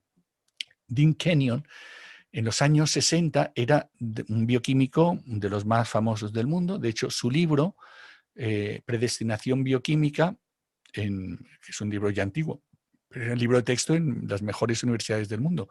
Y él lo que trataba de explicar era algo tan sencillo de cómo se forman las proteínas. Sabéis que una proteína es una molécula complejísima, complejísima. Porque una proteína está definida por una cadena de aminoácidos larguísima, pero además tiene una forma, o sea, es una auténtica pieza de ingeniería. Y cada proteína es distinta. Entonces, pero para poder producir una proteína, lo primero que necesitas es la secuencia de aminoácidos. Los aminoácidos son moléculas mucho más sencillas que algunos los puede producir el organismo, otros obtenemos por medio de la alimentación. Y por poner un ejemplo, es decir, si tú tienes las letras, con esas letras puedes formar palabras, y las palabras ya son mucho, o frases. Entonces las letras son muy sencillas. Entonces los aminoácidos serían como las letras que usa la bioquímica de la célula. Y luego ya con esas letras se forman cosas mucho más complejas como las proteínas. ¿Y eso cómo se produce? Se produce, y fijaos, vamos a ver aquí simplemente a recordar cómo funciona el ADN. Una de las cosas que hace el ADN, la más sencilla que hace el ADN, es una máquina para producir proteínas. ¿Y cómo lo hace? Tú imagínate que un ingeniero necesita una pieza y entonces va a por el plano y entonces le dan una fotocopia del plano y se lleva el plano para fabricar la pieza. Pues eso es lo que hace la célula cuando la célula le pide al núcleo, mira, necesito esta proteína, y entonces el núcleo abre esa parte del ADN donde está escrita esa proteína, la copia, lo que se llama el ARN mensajero, luego ese ARN mensajero atraviesa el poro del núcleo, para atravesar el poro del núcleo, el poro del núcleo está controlando lo que entra y lo que sale, y le deja pasar o no. Y luego se va al ribosoma, y en el ribosoma se forma una cadena de mensaje, de montaje, y entonces viene lo que se llama el ARN de transporte, que va llevando los aminoácidos y van encajando en esa cadena de montaje, y por un lado van saliendo los ARN de transporte, y por el otro lado va saliendo la cadena de aminoácidos, y además hay que controlar que cada cosa está perfectamente ajustada, y luego todavía no está terminada la proteína. Luego la proteína tiene que ir a las distintas estructuras de la célula donde va a tomar forma esa cadena. Entonces, lo interesante, fíjate, esto a mí me recuerda en mi casa cuando empezó la empresa familiar a exportar naranjas. Nosotros usamos para comunicarnos con los clientes lo que es el télex. Esto hoy en día es una pieza de museo. El télex veis que tiene aquí una cinta amarilla, y en la cinta amarilla tú vas poniendo una serie de agujeritos donde cada uno corresponde a una letra, y entonces pones la cinta y va saliendo el texto como si fuera arte de magia en el télex. Bueno, pues nosotros sabemos hoy que la vida tiene un código universal, que es el código genético, donde cada 3 aminoácidos, o sea, agrupados por tríos, cada uno se corresponde, cada una de las bases nitrogenadas del ADN por tríos forman un código para un aminoácido. Esto es algo impresionante, es algo alucinante. Pero, como os decía, esto es lo más sencillo que hace el ADN, porque lo más interesante es que el ADN no solamente sirve pues, para tener los planos de las proteínas, es que controla todo el desarrollo. Ya en los años 90, Tim Berners-Lee y otros profesores del Instituto de Tecnología de California, del Caltech, como Eric Davidson, hablan de los genes inteligentes. O sea, ¿qué es un gen inteligente? Pero ¿cómo es ser inteligente un gen? Si un gen pues es una cadena de, pues eso, de bases nitrogenadas. O sea, bueno, pero es que hay ciertas estructuras en el ADN que hacen que el ADN controle cómo se va a desarrollar cada célula, que cada célula sepa dónde está dentro del organismo, y entonces se desarrolle como una célula del corazón o como una célula del cerebro, que entre ellas haya comunicación. Entonces, lo curioso, fijaos, volviendo al tema de Dean Kenyon, la idea original del bioquímico que antes os puse es que tiene que haber un sistema físico por el cual los aminoácidos se atraen unos a otros y forman esas cadenas de proteínas. Es lo que él llamaba predestinación bioquímica. Cuando al final se fue avanzando en todo este tema del ADN, se dio cuenta, dijo, no, si es que en el origen tiene que haber una información. Y entonces resulta que este señor, que era completamente materialista, se convirtió en la teoría del diseño inteligente. Bueno, yo no voy a valorar aquí la teoría del diseño inteligente, pero la teoría del diseño inteligente lo que dice es algo pues muy simple. Dice, para explicar del mejor modo posible ciertas características del universo, y en particular de los seres vivos, hay que recurrir a una causa inteligente. Pues el simple recurso a un proceso no dirigido, como puede ser la selección natural, resulta insuficiente. Bueno, lo curioso es que esto lo están diciendo científicos que antes eran materialistas, matemáticos, biólogos, físicos, químicos. Claro, ¿dónde está la clave? Hay que recurrir a una causa inteligente. Claro, pues muchos científicos ateos, pues se les llevan los demonios cuando les dicen esto, y entonces atacan el diseño inteligente. Sabéis que es muy polémico. Claro, ¿dónde está la clave? La clave está en distinguir lo que son las explicaciones científicas y lo que son las explicaciones filosóficas. Porque es verdad que hay que recurrir a una cosa inteligente, pero eso ya está más allá de la ciencia. Eso ya es un razonamiento filosófico, que sería un poco el punto débil del diseño inteligente, es querer explicar, o sea, introducir argumentos filosóficos dentro del plano científico. Pero lo que sí es verdad es que en el origen de los procesos naturales hay una información, que esa información es la que guía los procesos, que esa información está almacenada en estructuras, que es leída, que es transcrita, que se convierte en operativa y que eso es lo que explica la maravilla del universo. Bueno, simplemente una palabra. He hablado de las pautas informacionales. En el caso del ADN es muy claro lo que he explicado. Pero, ¿qué pasa con las leyes, por así decirlo, más clásicas? Por ejemplo, las leyes de la física, pues, la teoría de la gravitación de Newton. Eso parece que favorece el materialismo, ¿no? Porque en tiempos de eso, el siglo XVII, XVIII, pues por eso imperó el materialismo, el determinismo, porque el mecanicismo. Pero en realidad, cuando nosotros examinamos, o sea, yo os ponía antes el ejemplo del electrón. El electrón, como digo, lo conocemos muy bien porque es lo que explica la electricidad, aunque sea muy pequeñito y no lo veamos la partícula, pero vemos lo que es el flujo de electrones. Bueno, cuando nosotros vemos lo que hace un electrón y tú te paras a pensar lo que hace un electrón, es algo que alucinante, porque un electrón sigue las leyes de la mecánica cuántica. O sea, es como si se hubiera, permitidme un poco la analogía, es como si se supiera de memoria la mecánica cuántica, que os aseguro que no es nada fácil, para ir cada electrón en su orbital y no confundirse. Luego, se tiene que saber todo el electromagnetismo de Maxwell, que es lo que explica precisamente la electricidad y el magnetismo. También se tiene que saber la teoría de la gravitación, porque también el electrón tiene una masa.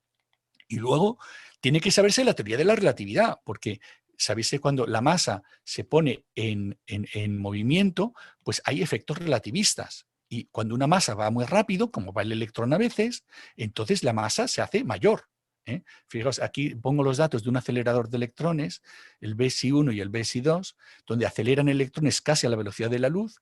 Y entonces, si nosotros analógicamente, una persona que pesara 75 kilos, tú lo pusieras a esa velocidad, pesaría 100.000 kilos o pesaría 250.000 kilos.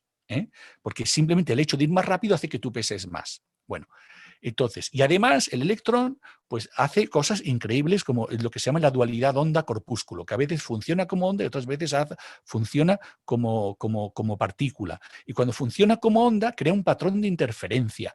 Entonces, y además, ya últimamente se ha descubierto que además los electrones se pueden dividir en cuasipartículas y se puede formar un líquido de spin cuántico. Bueno, y todo eso resulta que lo hace el electrón, que es lo más simple del mundo. Bueno, pero ¿cómo puede hacer tantas cosas una partícula que es de lo más elemental? Es que más elemental no es posible. Entonces, pues la respuesta, y entonces esto es lo que yo quiero que reflexiones, es que cada ser, hasta el más simple que te puedas imaginar, tiene lo que llamamos los filósofos, y esto lo sabe bien don Emilio, una naturaleza, un modo de ser, un modo de comportarse, una actividad direccional y precisa. Y hay leyes que están incorporadas a la materia, de gran complejidad, misteriosas, y que se dan incluso en elementos que tienen un mínimo de estructura. Y eso nos lleva a la última parte ya. Y es que el mundo, y esto frente al materialismo, ¿qué es lo que nos descubre la ciencia? Que el mundo no está lleno de materia. Lleno de materia está, pero también está lleno de formas. Lleno de formas. Es decir, que detrás de esas estructuras, que es lo que he puesto ahí en azul, estructura y organización es lo que capta la ciencia, es el aspecto inmaterial de los sistemas, lo que tiene que ver con la estructuración espaciotemporal y con los planes de organización. Pero lo que está en verde, lo que trato de reflejar ahí es que detrás de esas estructuras, la ciencia las conoce perfectamente. Hay modos de ser. Claro, eso ya es un concepto ontológico, ya es un concepto filosófico. Y entonces llegamos al concepto de forma. Justo el concepto de Aristóteles. O sea, de alguna manera la mejor explicación de la ciencia actual es el concepto de Aristóteles, porque la naturaleza no es materia, es racionalidad materializada. Son dinamismos pautados inteligibles. Y eso es porque detrás de los seres hay formas esenciales, que son aspectos racionales, inteligibles y pautados, que están como incorporados a cada ser natural. Entonces, fijaos que aquí hay algo que hay que precisar, y es que esto no es volver a la antigua teoría de los presocráticos que dicen todo está vivo, o sea, es lo que se llama el hilozoísmo, ¿no? Todo está vivo. No, no es que todo esté vivo, pero sí es la superación del materialismo. ¿Eh? Es decir, es ver que todo es materia y forma, es exterioridad y interioridad, cantidad y cualidades, extensión y configuración, y que los dos principios, hay un principio pasivo y un principio activo, con lo cual hay una estructura ontológica en cada ser natural. Y esto tiene unas implicaciones porque, fijaos, cuando hablamos de racionalidad es porque la naturaleza logra cosas increíbles. De hecho, los científicos son los que mejor saben esto, porque conocen la complejidad de las cosas, que realmente es sorprendente. Y por eso podemos decir que en la naturaleza hay verdadera inteligencia, aunque sea inconsciente. Incluso los mismos que van en contra de Dios, como Richard Dawkins, que habla del relojero ciego, reconocen que en la naturaleza hay una inteligencia inconsciente, es decir, que son resultados de una perfección. O sea, vosotros pensáis lo que es el ADN, lo que es, por ejemplo, simplemente un hilo de seda, lo que es en una bacteria, que es una de las células más simples que hay en el universo, pues lo que es el flagelo de una bacteria, que es un auténtico motor de fuera borda, con una complejidad increíble. Esto, y os pongo simplemente un ejemplo, este no es un creyente, ¿eh? Christian de Dief, que murió en el año 2013 por eutanasia, ya el hecho de que muriera por eutanasia, ya sabéis, os imagináis que él no era un creyente. Él era un bioquímico belga, premio Nobel en Fisiología o Medicina en 1974. Él fue el descubridor de los lisosomas, que son como los estómagos de las células. Y es muy curioso porque antes de Christian de Duve hubo otro científico, también premio Nobel, que fue Jacques Monod, el cual defendía a rajatabla que todo es fruto del azar y de la necesidad. Y Christian de Duve, que era el mayor especialista del mundo cuando él vivió de las células, de hecho su obra, La célula viva, cuando él murió se volvió a reeditar porque es que es un clásico. Él, cuando él oye a un premio Nobel como él, en decir que todo es fruto del azar y de la necesidad, y que el hombre lo que sabe es que estamos solos en medio del universo, que hemos nacido como el número de una ruleta, dice, lo que el hombre sabe, dice de Div, es que, dice, o al menos debería saber, el problema es que mucha gente hoy no lo sabe, porque no sabe ciencia. Lo que el hombre debería saber es que con el tiempo y cantidad de materia disponible, ni siquiera algo que se asemejase a la célula más elemental, por no referirnos ya al hombre, hubiese podido originarse por un azar ciego, si el universo no los hubiese llevado ya en su seno. Es decir, ¿qué te está diciendo? Que la vida está como escrita en el código fuente de la materia. No sabemos cómo, pero sabemos que tiene que estar escrito, porque si no, lo que estamos viendo sería imposible. Y te lo dice uno de los que mejor sabe de lo que habla. Es decir, no somos frutos del azar ciego, no somos frutos de una ruleta. Y es cuando nos sale el tema de Dios. Es decir, el azar es importantísimo en la naturaleza y podríamos hablar mucho sobre el azar. Pero lo que estamos diciendo es que esa inteligencia inconsciente de la naturaleza, que decimos que es inconsciente porque la naturaleza no delibera. O sea, no es como uno que está diseñando un nuevo procesador o una nueva tarjeta gráfica, pero sus resultados sobrepasan la tecnología más sofisticada. Entonces, una vez que tú eso lo has demostrado, no me puedes decir que el azar es la explicación total. ¿Por qué? Porque la sofisticación de los resultados implica que hay una finalidad, con lo cual no puede ser la combinación de fuerzas ciegas una explicación total. Claro, esto es un razonamiento filosófico, lo que hacemos los filósofos. Y la conclusión, es decir, tú en la cosmovisión puedes llegar al concepto de inteligencia inconsciente y al final tú decides, o sea, tienes como filósofo que llegar a la conclusión que en el origen tiene que haber inteligencia. Esto es lo mismo que dicen los del diseño de inteligente, pero simplemente ponerlo a nivel de razonamiento filosófico. Es decir, ¿por qué? Porque llegar a un resultado óptimo y hacer esto como quien no quiere la cosa, de modo habitual, eso es justo lo que hace la inteligencia. Porque de hecho, tú para llegar a un resultado muy bien pensado, tienes que hacer muchas pruebas, porque las primeras no te funcionan.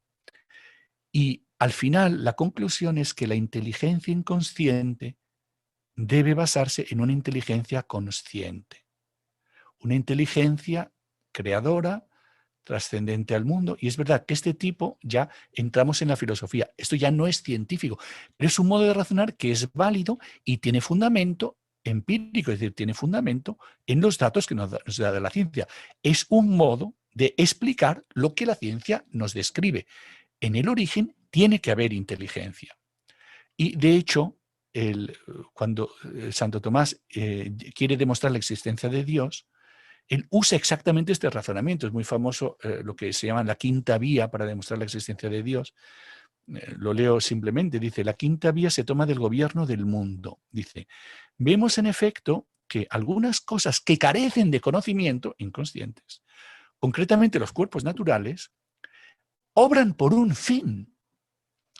Dice, lo cual se pone de manifiesto porque siempre o muy frecuentemente, fijaos que no dice siempre, dice siempre o muy frecuentemente, porque en la naturaleza siempre hay aspectos caóticos, pero encontramos siempre o muy frecuentemente que hay cuerpos que obran de la misma manera para conseguir lo mejor. Ahí es donde está la clave. ¿Cómo que para conseguir lo mejor? Sí, es que no es cualquier tipo de orden, es que es un orden sofisticado.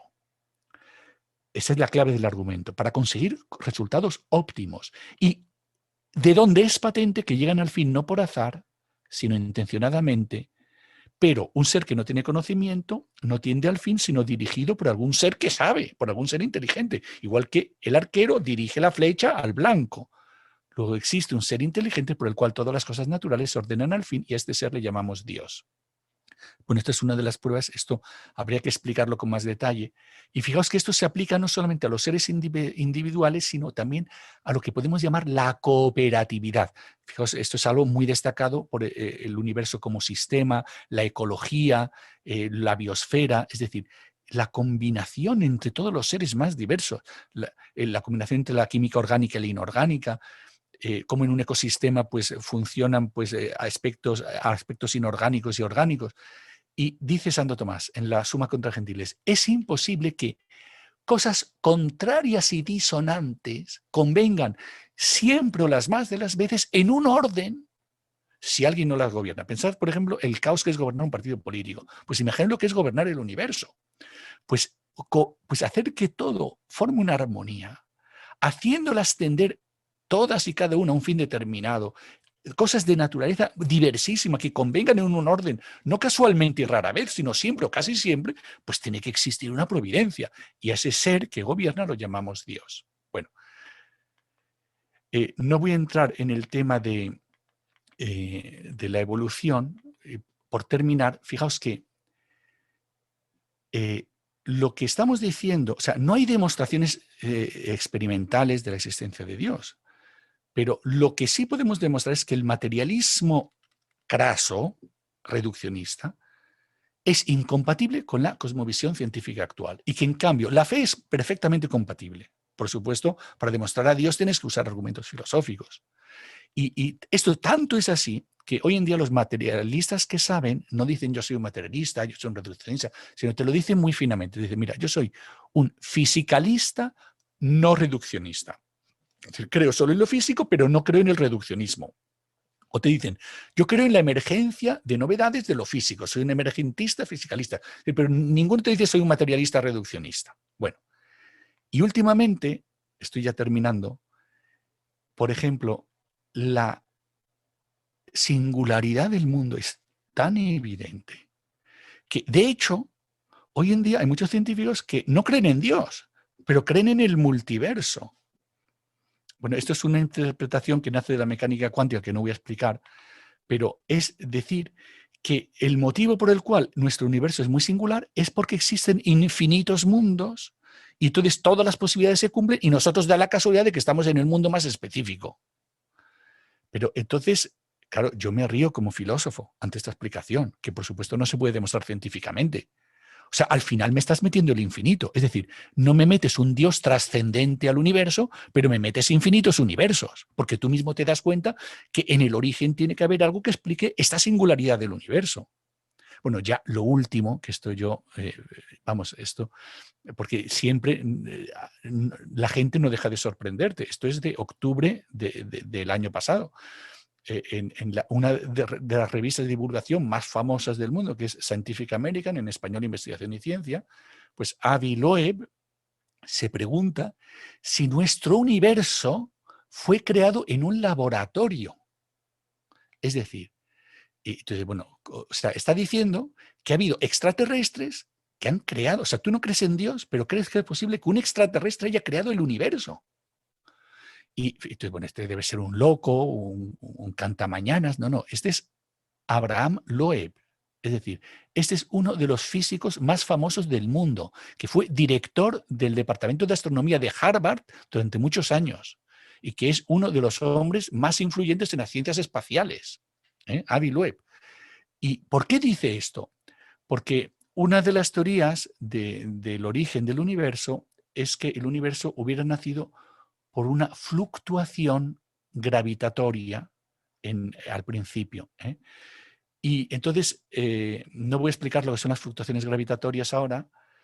Eso tiene que ver con la mecánica cuántica, si la combinas con la teoría de la gravedad, con la teoría de la relatividad de Einstein, cosa que todavía no se ha logrado, porque esa es la gravedad cuántica es algo pues, que si algún día se desarrolla, pues, pero de momento no se sabe cómo podría ser la gravedad cuántica, porque sería hacer compatible la teoría de la relatividad con la mecánica cuántica. Y entonces resulta que este Avi Loeb dice, ¿y si resulta que hay unos extraterrestres que tienen tecnología para utilizar la gravedad cuántica y entonces han creado el universo? Pues eso explicaría por qué nuestro universo es como es. Y yo digo, hombre, yo antes que creer en un extraterrestre, pues prefiero creer en Dios. O sea, Dios ha creado el universo, o sea, ¿cómo que lo ha creado un extraterrestre? Porque ¿quién creó a ese extraterrestre? O sea, pero esto lo dice en serio. Es verdad que él no lo publica como un artículo científico, lo publica como un artículo de opinión, pero lo publican y se lo publican en Scientific American. Bueno, es para decir, tú no, o sea, lo que tú creas depende de ti. O sea, tú puedes creer, en vez de en Dios, creer en los extraterrestres o puedes creer en el multiverso. Pero los datos de la ciencia hacen que te tengas que plantear de dónde nace esta singularidad, esta inteligibilidad. Y resulta que al final, y eso ya es el último punto, se descubre que lo que decía Aristóteles y lo que decía Santo Tomás es la explicación más coherente con la cosmovisión actual, hasta un extremo increíble. Fijaos, lo titulo La naturaleza, un arte divino. Aquí tenéis un icono de Santo Tomás. Y Santo Tomás está hablando del arte de la naturaleza. Y fijaos, lo propio del arte, o sea, el arte es el modo correcto de hacer las cosas. Por ejemplo, si tú vas al dentista y te hace una endodoncia bien hecha, es porque sabe hacerlo y tiene su técnica. Si el que te va a hacer lo que sea, la endodoncia o la operación de corazón, está ahí, no sabe cómo hacer, no sabe qué bisturí usar, pues tú te mueres de miedo, porque tú quieres que te haga la operación alguien que sepa perfectamente y que sea como automático. Es decir, que pum, pum, pum, va moviendo los dedos y te hace la operación. Y eso es lo propio del que tiene mucho arte. Porque, fijaos, para llegar a un arte tienes que pensar. Y por eso tienes que descubrir cómo se hacen ciertos artefactos. Pero una vez que ya lo sabes y ya has perfeccionado tu arte, ya lo haces de una manera semiautomática. Y cuanto más arte tienes, lo haces de manera más automática. Dice, y así es como actúa la naturaleza. O sea, la naturaleza no delibera. Pero lo propio de la naturaleza es que ese arte lo tiene dentro. Lo tiene dentro, en lo más íntimo. Y entonces, ¿de dónde le viene ese arte a la naturaleza? O sea, vosotros pensáis en lo que hace el halcón peregrino que se lanza a 300 kilómetros por hora, cosa que incluso no es fácil de explicar físicamente cómo es posible eso. Y luego con toda precisión caza un ratón y eso lo hace para cazar ratones. Es decir, ¿de dónde ha aprendido esa técnica el halcón peregrino? Bueno, entonces, Santo Tomás nos dice, esto le lleva a definir la naturaleza y nos dice que la naturaleza no es más que la razón de un cierto arte, a saber, el arte divino impreso en las cosas, por el cual las cosas mismas se mueven hacia el fin determinado. Y entonces es cuando uno dice, arrea, es que esto es lo que dice la autoorganización. Que basta que tú pongas en un buscador autoorganización y verás todas las cosas que te salen porque eso es un tema candente. Y pone un ejemplo, es como si el artífice que hace una nave pudiera otorgar a los leños que se moviesen por sí mismos para formar la estructura de la nave. No sé si tenéis la idea, fijaos, una nave, pensad en una nave medieval, pues tiene una estructura compleja, es como una de las máquinas más complejas que ellos tenían en aquella época. Entonces, es como si apareciera un mago tipo Harry Potter y con la varita mágica hace que y la vela va a su sitio, cada palo, cada cosa va a su sitio y se forma la nave. Es decir, no tienes tú que construirla, sino que los mismos materiales, ellos mismos se construyen. Y dices, eso es justo la autoorganización, ¿vale? Y lo curioso, esto lo escribe Santo Tomás en el siglo XIII. Y esto es lo que ha descubierto la ciencia actual, que el mundo es un gigantesco proceso de autoorganización en el que van emergiendo nuevos sistemas y al final se llega a un resultado global completamente armónico, lo que llamamos la sinergia, y cada proceso pues tiene su tendencia y su direccionalidad. Bueno, de manera que al final, por supuesto, esta es una interpretación del creyente. Dice, pues mira, yo en la naturaleza veo la mano del artista divino que ha impreso su arte en cada ser con vistas a un plan global, y la ciencia, en vez de combatir la existencia de Dios, lo que me descubre cada día es la sabiduría y la bondad que Dios ha impreso en cada una de sus obras. Este sería un poco el fin de la charla. Lo que pasa es que me he extendido demasiado, lo siento. Muchas gracias, don Luis. No, ha sido un placer. ¿Alguien tiene alguna pregunta? Una de las cosas que planteábamos también son los límites de la ciencia, dónde establecer esos límites éticos, morales en la investigación, sobre todo a nivel de la biología. Claro, eso es muy importante, claro. Aquí hay dos cosas. Uno, los límites de la ciencia epistemológicos frente a los que pretenden demostrar en base a la ciencia que Dios no existe, esos límites epistemológicos, pues los limita el mismo método experimental. Porque en el momento en que yo hago razonamientos que van más allá de lo experimentable, ya estoy en el plano filosófico, con lo cual es absurdo lo que hacen ciertos físicos que tratan de demostrar que Dios no existe o que el universo se creó a sí mismo. Ya ahí se están saliendo de lo que es su campo. O cuando yo utilizo, por ejemplo, la evolución de las especies para demostrar que el hombre pues, es pura materia. Pues mira, eso no tiene sentido. Porque entonces pasamos al segundo punto, que es los aspectos éticos. El ser humano tiene un alma espiritual. ¿Y eso cómo lo sabemos? Pues lo sabemos porque el hombre trasciende la naturaleza, porque el hombre tiene un sentido ético, tiene un conocimiento intelectual, puede incluso ponerse por encima de la naturaleza. De hecho, una de las pruebas más evidentes de que el hombre está por encima de la naturaleza es la existencia de la ciencia.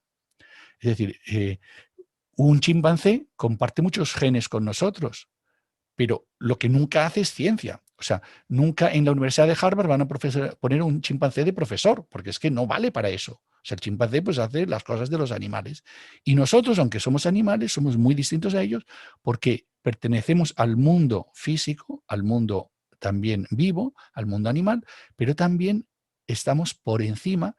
Y la espiritualidad del hombre, porque hay algunos científicos que dicen, bueno, pero es que eso no se puede demostrar. Y dice, ¿cómo que no? Es decir, mucho antes de que naciera la ciencia moderna, ya conocíamos perfectamente lo que es el alma humana.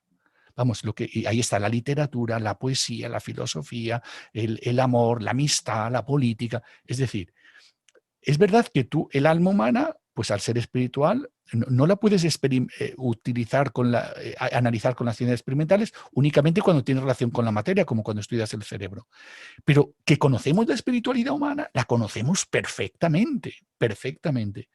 Y si el hombre es espiritual, el hombre tiene una dignidad única, y ahí es donde aparece el tema de que el hombre ha sido creado a imagen de Dios. Es decir, el mismo Dios que a cada ser le ha dado su modo de ser especial, único, al hombre lo ha hecho de una manera aún mucho más especial, lo ha hecho imagen suya. Y por eso tiene una dignidad que no la podemos comparar a la de ningún otro ser natural. ¿Vale? O sea, quería un poco por ahí la respuesta. Al final se trata de, pero al final, si no aceptamos la espiritualidad del alma, es imposible defender la ética. Por eso, por ejemplo, para defender que el aborto es una locura, pues hay que darse cuenta de que hay, aunque sea una célula o aunque sea un embrión, hay un ser espiritual, independientemente de que esté en esa fase de desarrollo que sea un embrión. Hay un ser espiritual, con lo cual tiene la misma dignidad que un ser que ya ha nacido. Porque si no, lo tratas como un material orgánico que tú lo desechas porque lo quieres desechar. O sea, al final se trata de reconocer pues, lo que el hombre siempre en todas las culturas pues, ha reconocido mayormente, que pues, la dignidad del hombre. Y lo que pasa es que es verdad que el cristianismo contribuyó a que esto se clarificara, ¿no? Y que el hombre nunca puede ser utilizado como medio, como se utilizaban los esclavos, etcétera, ¿no?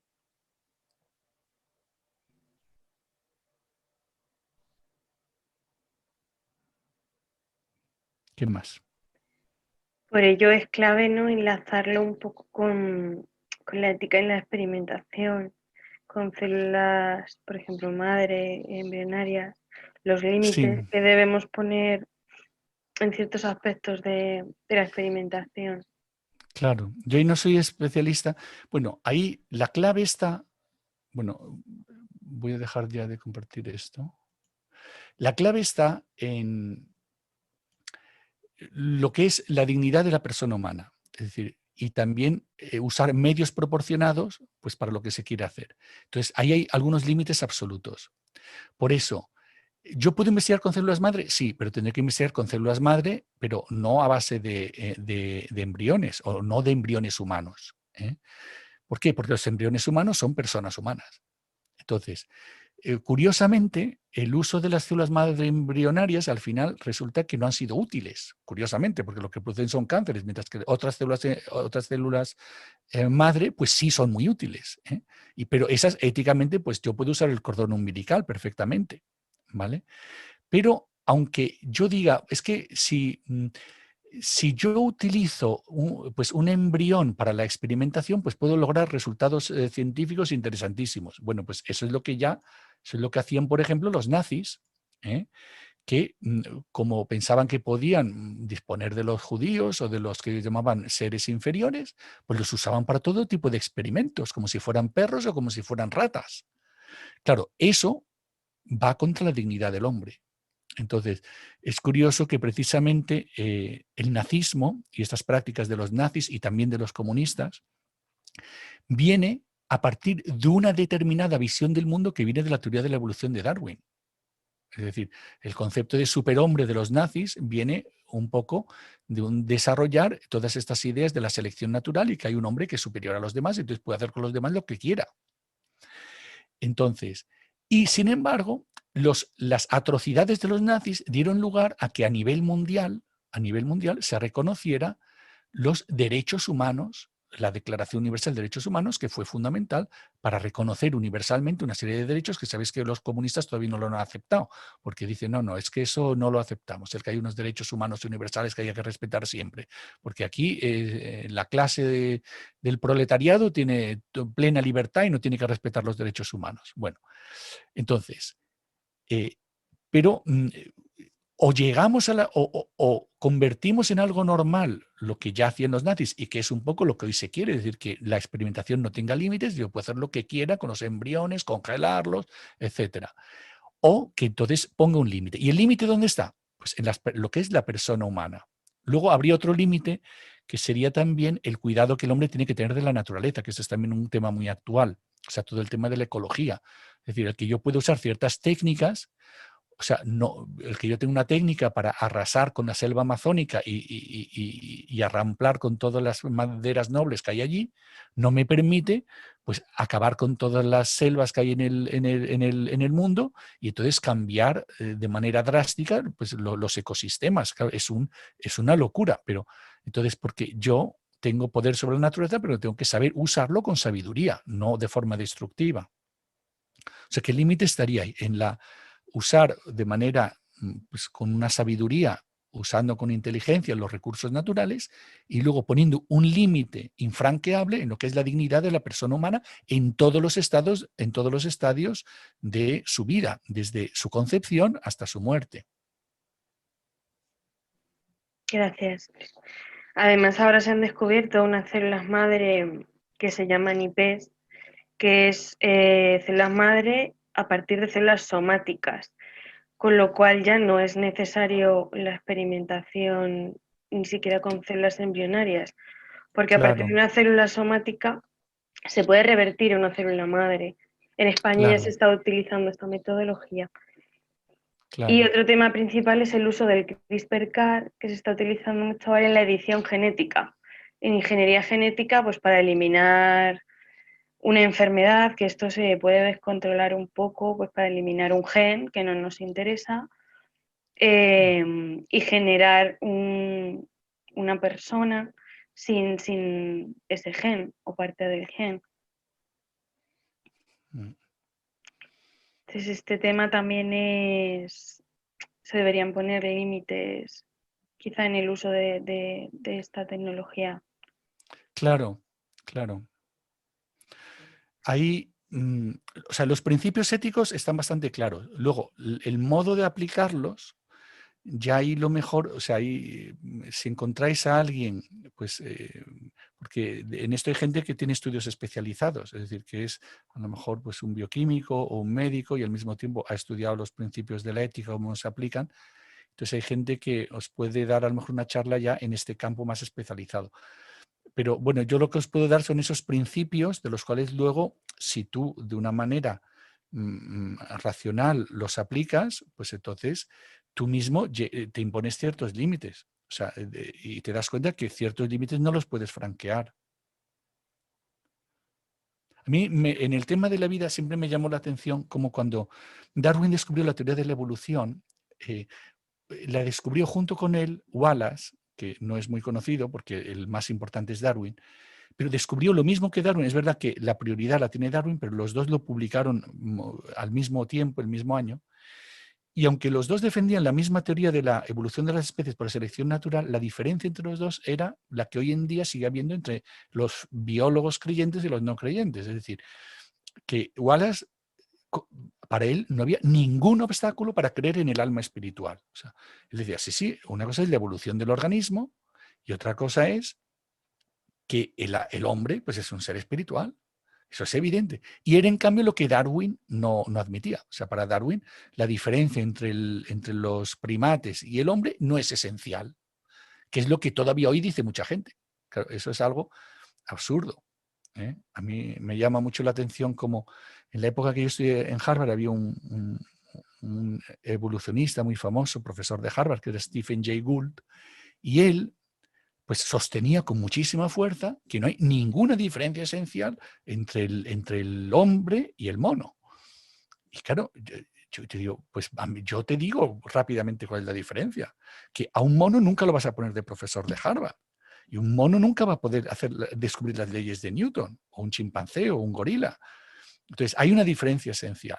Lo que pasa es que, claro, si tú no la quieres ver, no la ves. Porque es verdad que a nivel del organismo las diferencias son pocas.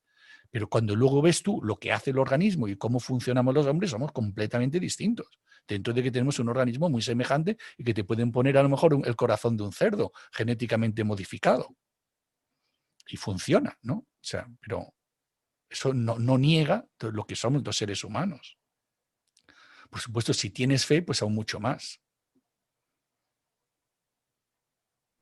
Gracias, Luis. Yo uno de los problemas principales que me encuentro, como he dicho al principio, a diario en la investigación y como creyente es que me preguntan siempre cuando defiendo a Dios y me preguntan sobre la evolución y la creación y a veces me cuesta dar respuestas, quizá porque no tenga la formación suficiente en el ámbito de fe y espiritual, pero sí que me gustaría pues poder eso, acercar la fe a las personas de mi entorno y a las personas de la ciencia. Muchas veces no sé cómo responder a algunas preguntas, entonces sí que lo considero fundamental y creo que deberíamos trabajar en eso, los científicos creyentes y la Iglesia para acercarlo a otras personas, porque directamente rechazan la idea por el hecho de creer que la teoría de la evolución es lo verdadero y único y no hay nada más. Entonces ya desechan la idea de acercarse a Dios y me parece fundamental. Yo ahí lo que diría, cuando nació en el siglo XIX la teoría de la evolución de las especies por selección natural, era normal que se planteara esa duda, porque precisamente daba la impresión que los animales, o los seres vivos no habían sido creados por Dios, sino que eran fruto de un proceso de pura selección. Claro, cuando hemos descubierto, por un lado, la bioquímica y, por otro lado, la evolución del universo, ya es al revés. O sea, tanto es así que cuando se propone por primera vez la teoría del Big Bang por parte de Lemaitre, muchos físicos ateos no la aceptaron por prejuicios de su ateísmo, porque la idea del Big Bang les recordaba la creación. Es más, el mismo Einstein, por ejemplo, no le gustaba esa teoría. Y luego se demostró que era la teoría verdadera. ¿Y por qué digo que ahora es al revés? Porque si el universo tuviera una cierta eternidad, pues todavía podías pensar, bueno, el universo es eterno y luego en un determinado momento evolucionó la vida. Pero resulta que el universo es fruto de un proceso que nace de un estado completamente simple, pero que está el universo es como una semilla que germina y se desenvuelve de una manera impresionante, hasta llegar a la máxima complejidad. Entonces, hay una información, la información es siempre algo inmaterial. ¿Quién ha pensado esto? ¿Quién ha ajustado los parámetros? ¿Quién ha diseñado estas leyes? Entonces, necesariamente te surge la pregunta. Si Dios existe es muy fácil, dice, porque hay un Dios que lo ha pensado. Pero si no, el mundo está envuelto en un misterio total. Y de hecho, eso algunos agnósticos honestos, como por ejemplo Popper, lo reconocía. Él era un agnóstico evolucionista, filósofo, pero muy honesto. Entonces decía, claro, al final no tenemos respuesta. El cristiano tiene respuesta. Entonces, ese misterio de la naturaleza que nos descubre la ciencia moderna, o admites a Dios o acabas en teorías como la de Avi Loeb, pensando que el universo lo ha creado el extraterrestre o que la vida es fruto de unas esporas que mandaron extraterrestres a la Tierra, pero al final son cosas bastante absurdas.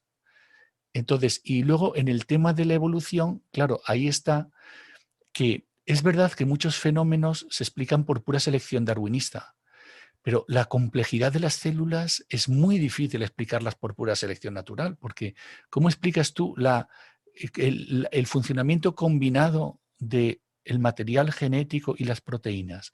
Porque para que funcione un material genético necesitas proteínas. Para que funcionen las proteínas necesitas un material genético. Entonces, ¿cómo surgió la primera vida? O sea, lo que se llama la biogénesis. Pues no se sabe. O sea, es un misterio absoluto. O sea, no se tiene ni idea. Ni siquiera se sabe dónde surgió la vida. Se surgió en la arcilla, se surgió en la sopa del océano primitivo. Es decir, no se sabe. Es más, no lo podemos reproducir, porque si fuera un fenómeno tan sencillo, ¿por qué no lo podemos producir en el laboratorio? Si ni siquiera podemos producir una especie nueva. O sea, podemos a lo mejor, pues eso, crear mutaciones, pero no podemos crear especies. Entonces, por eso citaba yo antes lo de Dediv. O sea que incluso un agnóstico como Dediv te dice, mira, la vida está escrita en la materia. Y luego, claro, la pregunta que hay que hacerle es, bueno, ¿y quién la escribió? ¿Quién escribió esa vida en la materia? Si no todo es fruto del azar ciego, como tú mismo dices. Y la respuesta es que no sabemos, ¿vale? Porque a eso la ciencia no da respuesta. Eso es verdad, la complejidad de la naturaleza del ser humano no se puede explicar por el azar. Es No, sobre todo, no se puede explicar por el puro azar. Es verdad que cuando tú estudias la evolución, hay muchas extinciones en masa, pues la vida que aparecen los dinosaurios y luego desaparecen. Es decir, o sea, hay cosas donde el azar influye. O sea, el azar está influyendo completamente. Pero hay como una fuerza que hace que se vaya creando esta complejidad que nosotros, pues, disfrutamos y muchas veces pisoteamos, cuando somos destructivos con la naturaleza que se nos ha entregado.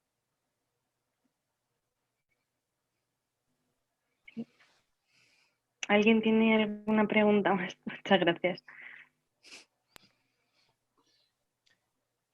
Bueno, Luis, eres el mejor fotón de todos. Tan rápido como un fotón no soy. Bueno, no sé, yo creo que hemos disfrutado mucho, como siempre, escuchándote. Tantas veces como te escucho, tantas veces que sigo aprendiendo y disfrutando y dando gracias a Dios por todo lo que el Señor nos muestra a través de lo que tú sabes y eres capaz de comunicarnos, de lo que tú estudias y otros han sido capaces de encontrar también. Bueno, no sé, te sugiero, te hago una sugerencia y es, ¿por qué no seguimos un poco dando vueltas a lo que nos has contado y dialogamos sobre lo que nos has explicado en otra ocasión? No lo sé, porque hay Vale, tantas cosas, porque aquí en este grupo pues hay gente del ámbito de la ciencia y gente de, bueno, diferentes aspectos científicos y has ido tocando todo, porque has tocado el tema de la informática, has tocado el tema de la física, has tocado el tema de la astronomía, todo. Es que, claro, vas tocando todos los... Y en cada ámbito hay tanto que dialogar. Entonces, no lo sé, a lo mejor es bueno, como algunos es la primera vez que te escuchan, tal vez, pues a lo mejor poder dialogar contigo a raíz de lo que nos has expuesto. Pero bueno, tú nos dices. En cualquier Sí, caso... Yo encantado, sí, sí. Pues ahí queda la propuesta para este equipo tan estupendo que tiene tantas ganas de aprender y hay que ir a los que saben. Y en este caso, pues está claro que tú nos ayudas a aprender y a reflexionar y a trascender, no nos quedarnos solo con lo científico, lo material, sino a trascender. Bueno, hemos estado así, se ha pasado el tiempo más de 2 horas. Luis, después de todo el día enseñando en clase, te hemos exprimido un poco más. Pero qué bien. Pero te sale como los fotones, sin mirar a los papeles te sale la información. Oye, es una cosa. Qué bien.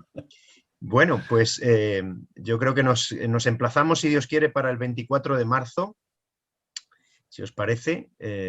Y bueno, yo propongo eso, que podamos continuar este diálogo, porque hay mucho que dialogar. Es muy interesante todo lo que has contado, pero es necesario dialogar. Pero para poder dialogar contigo hay que estudiar, ¿eh? Contigo no se dialoga de cualquier manera, siempre...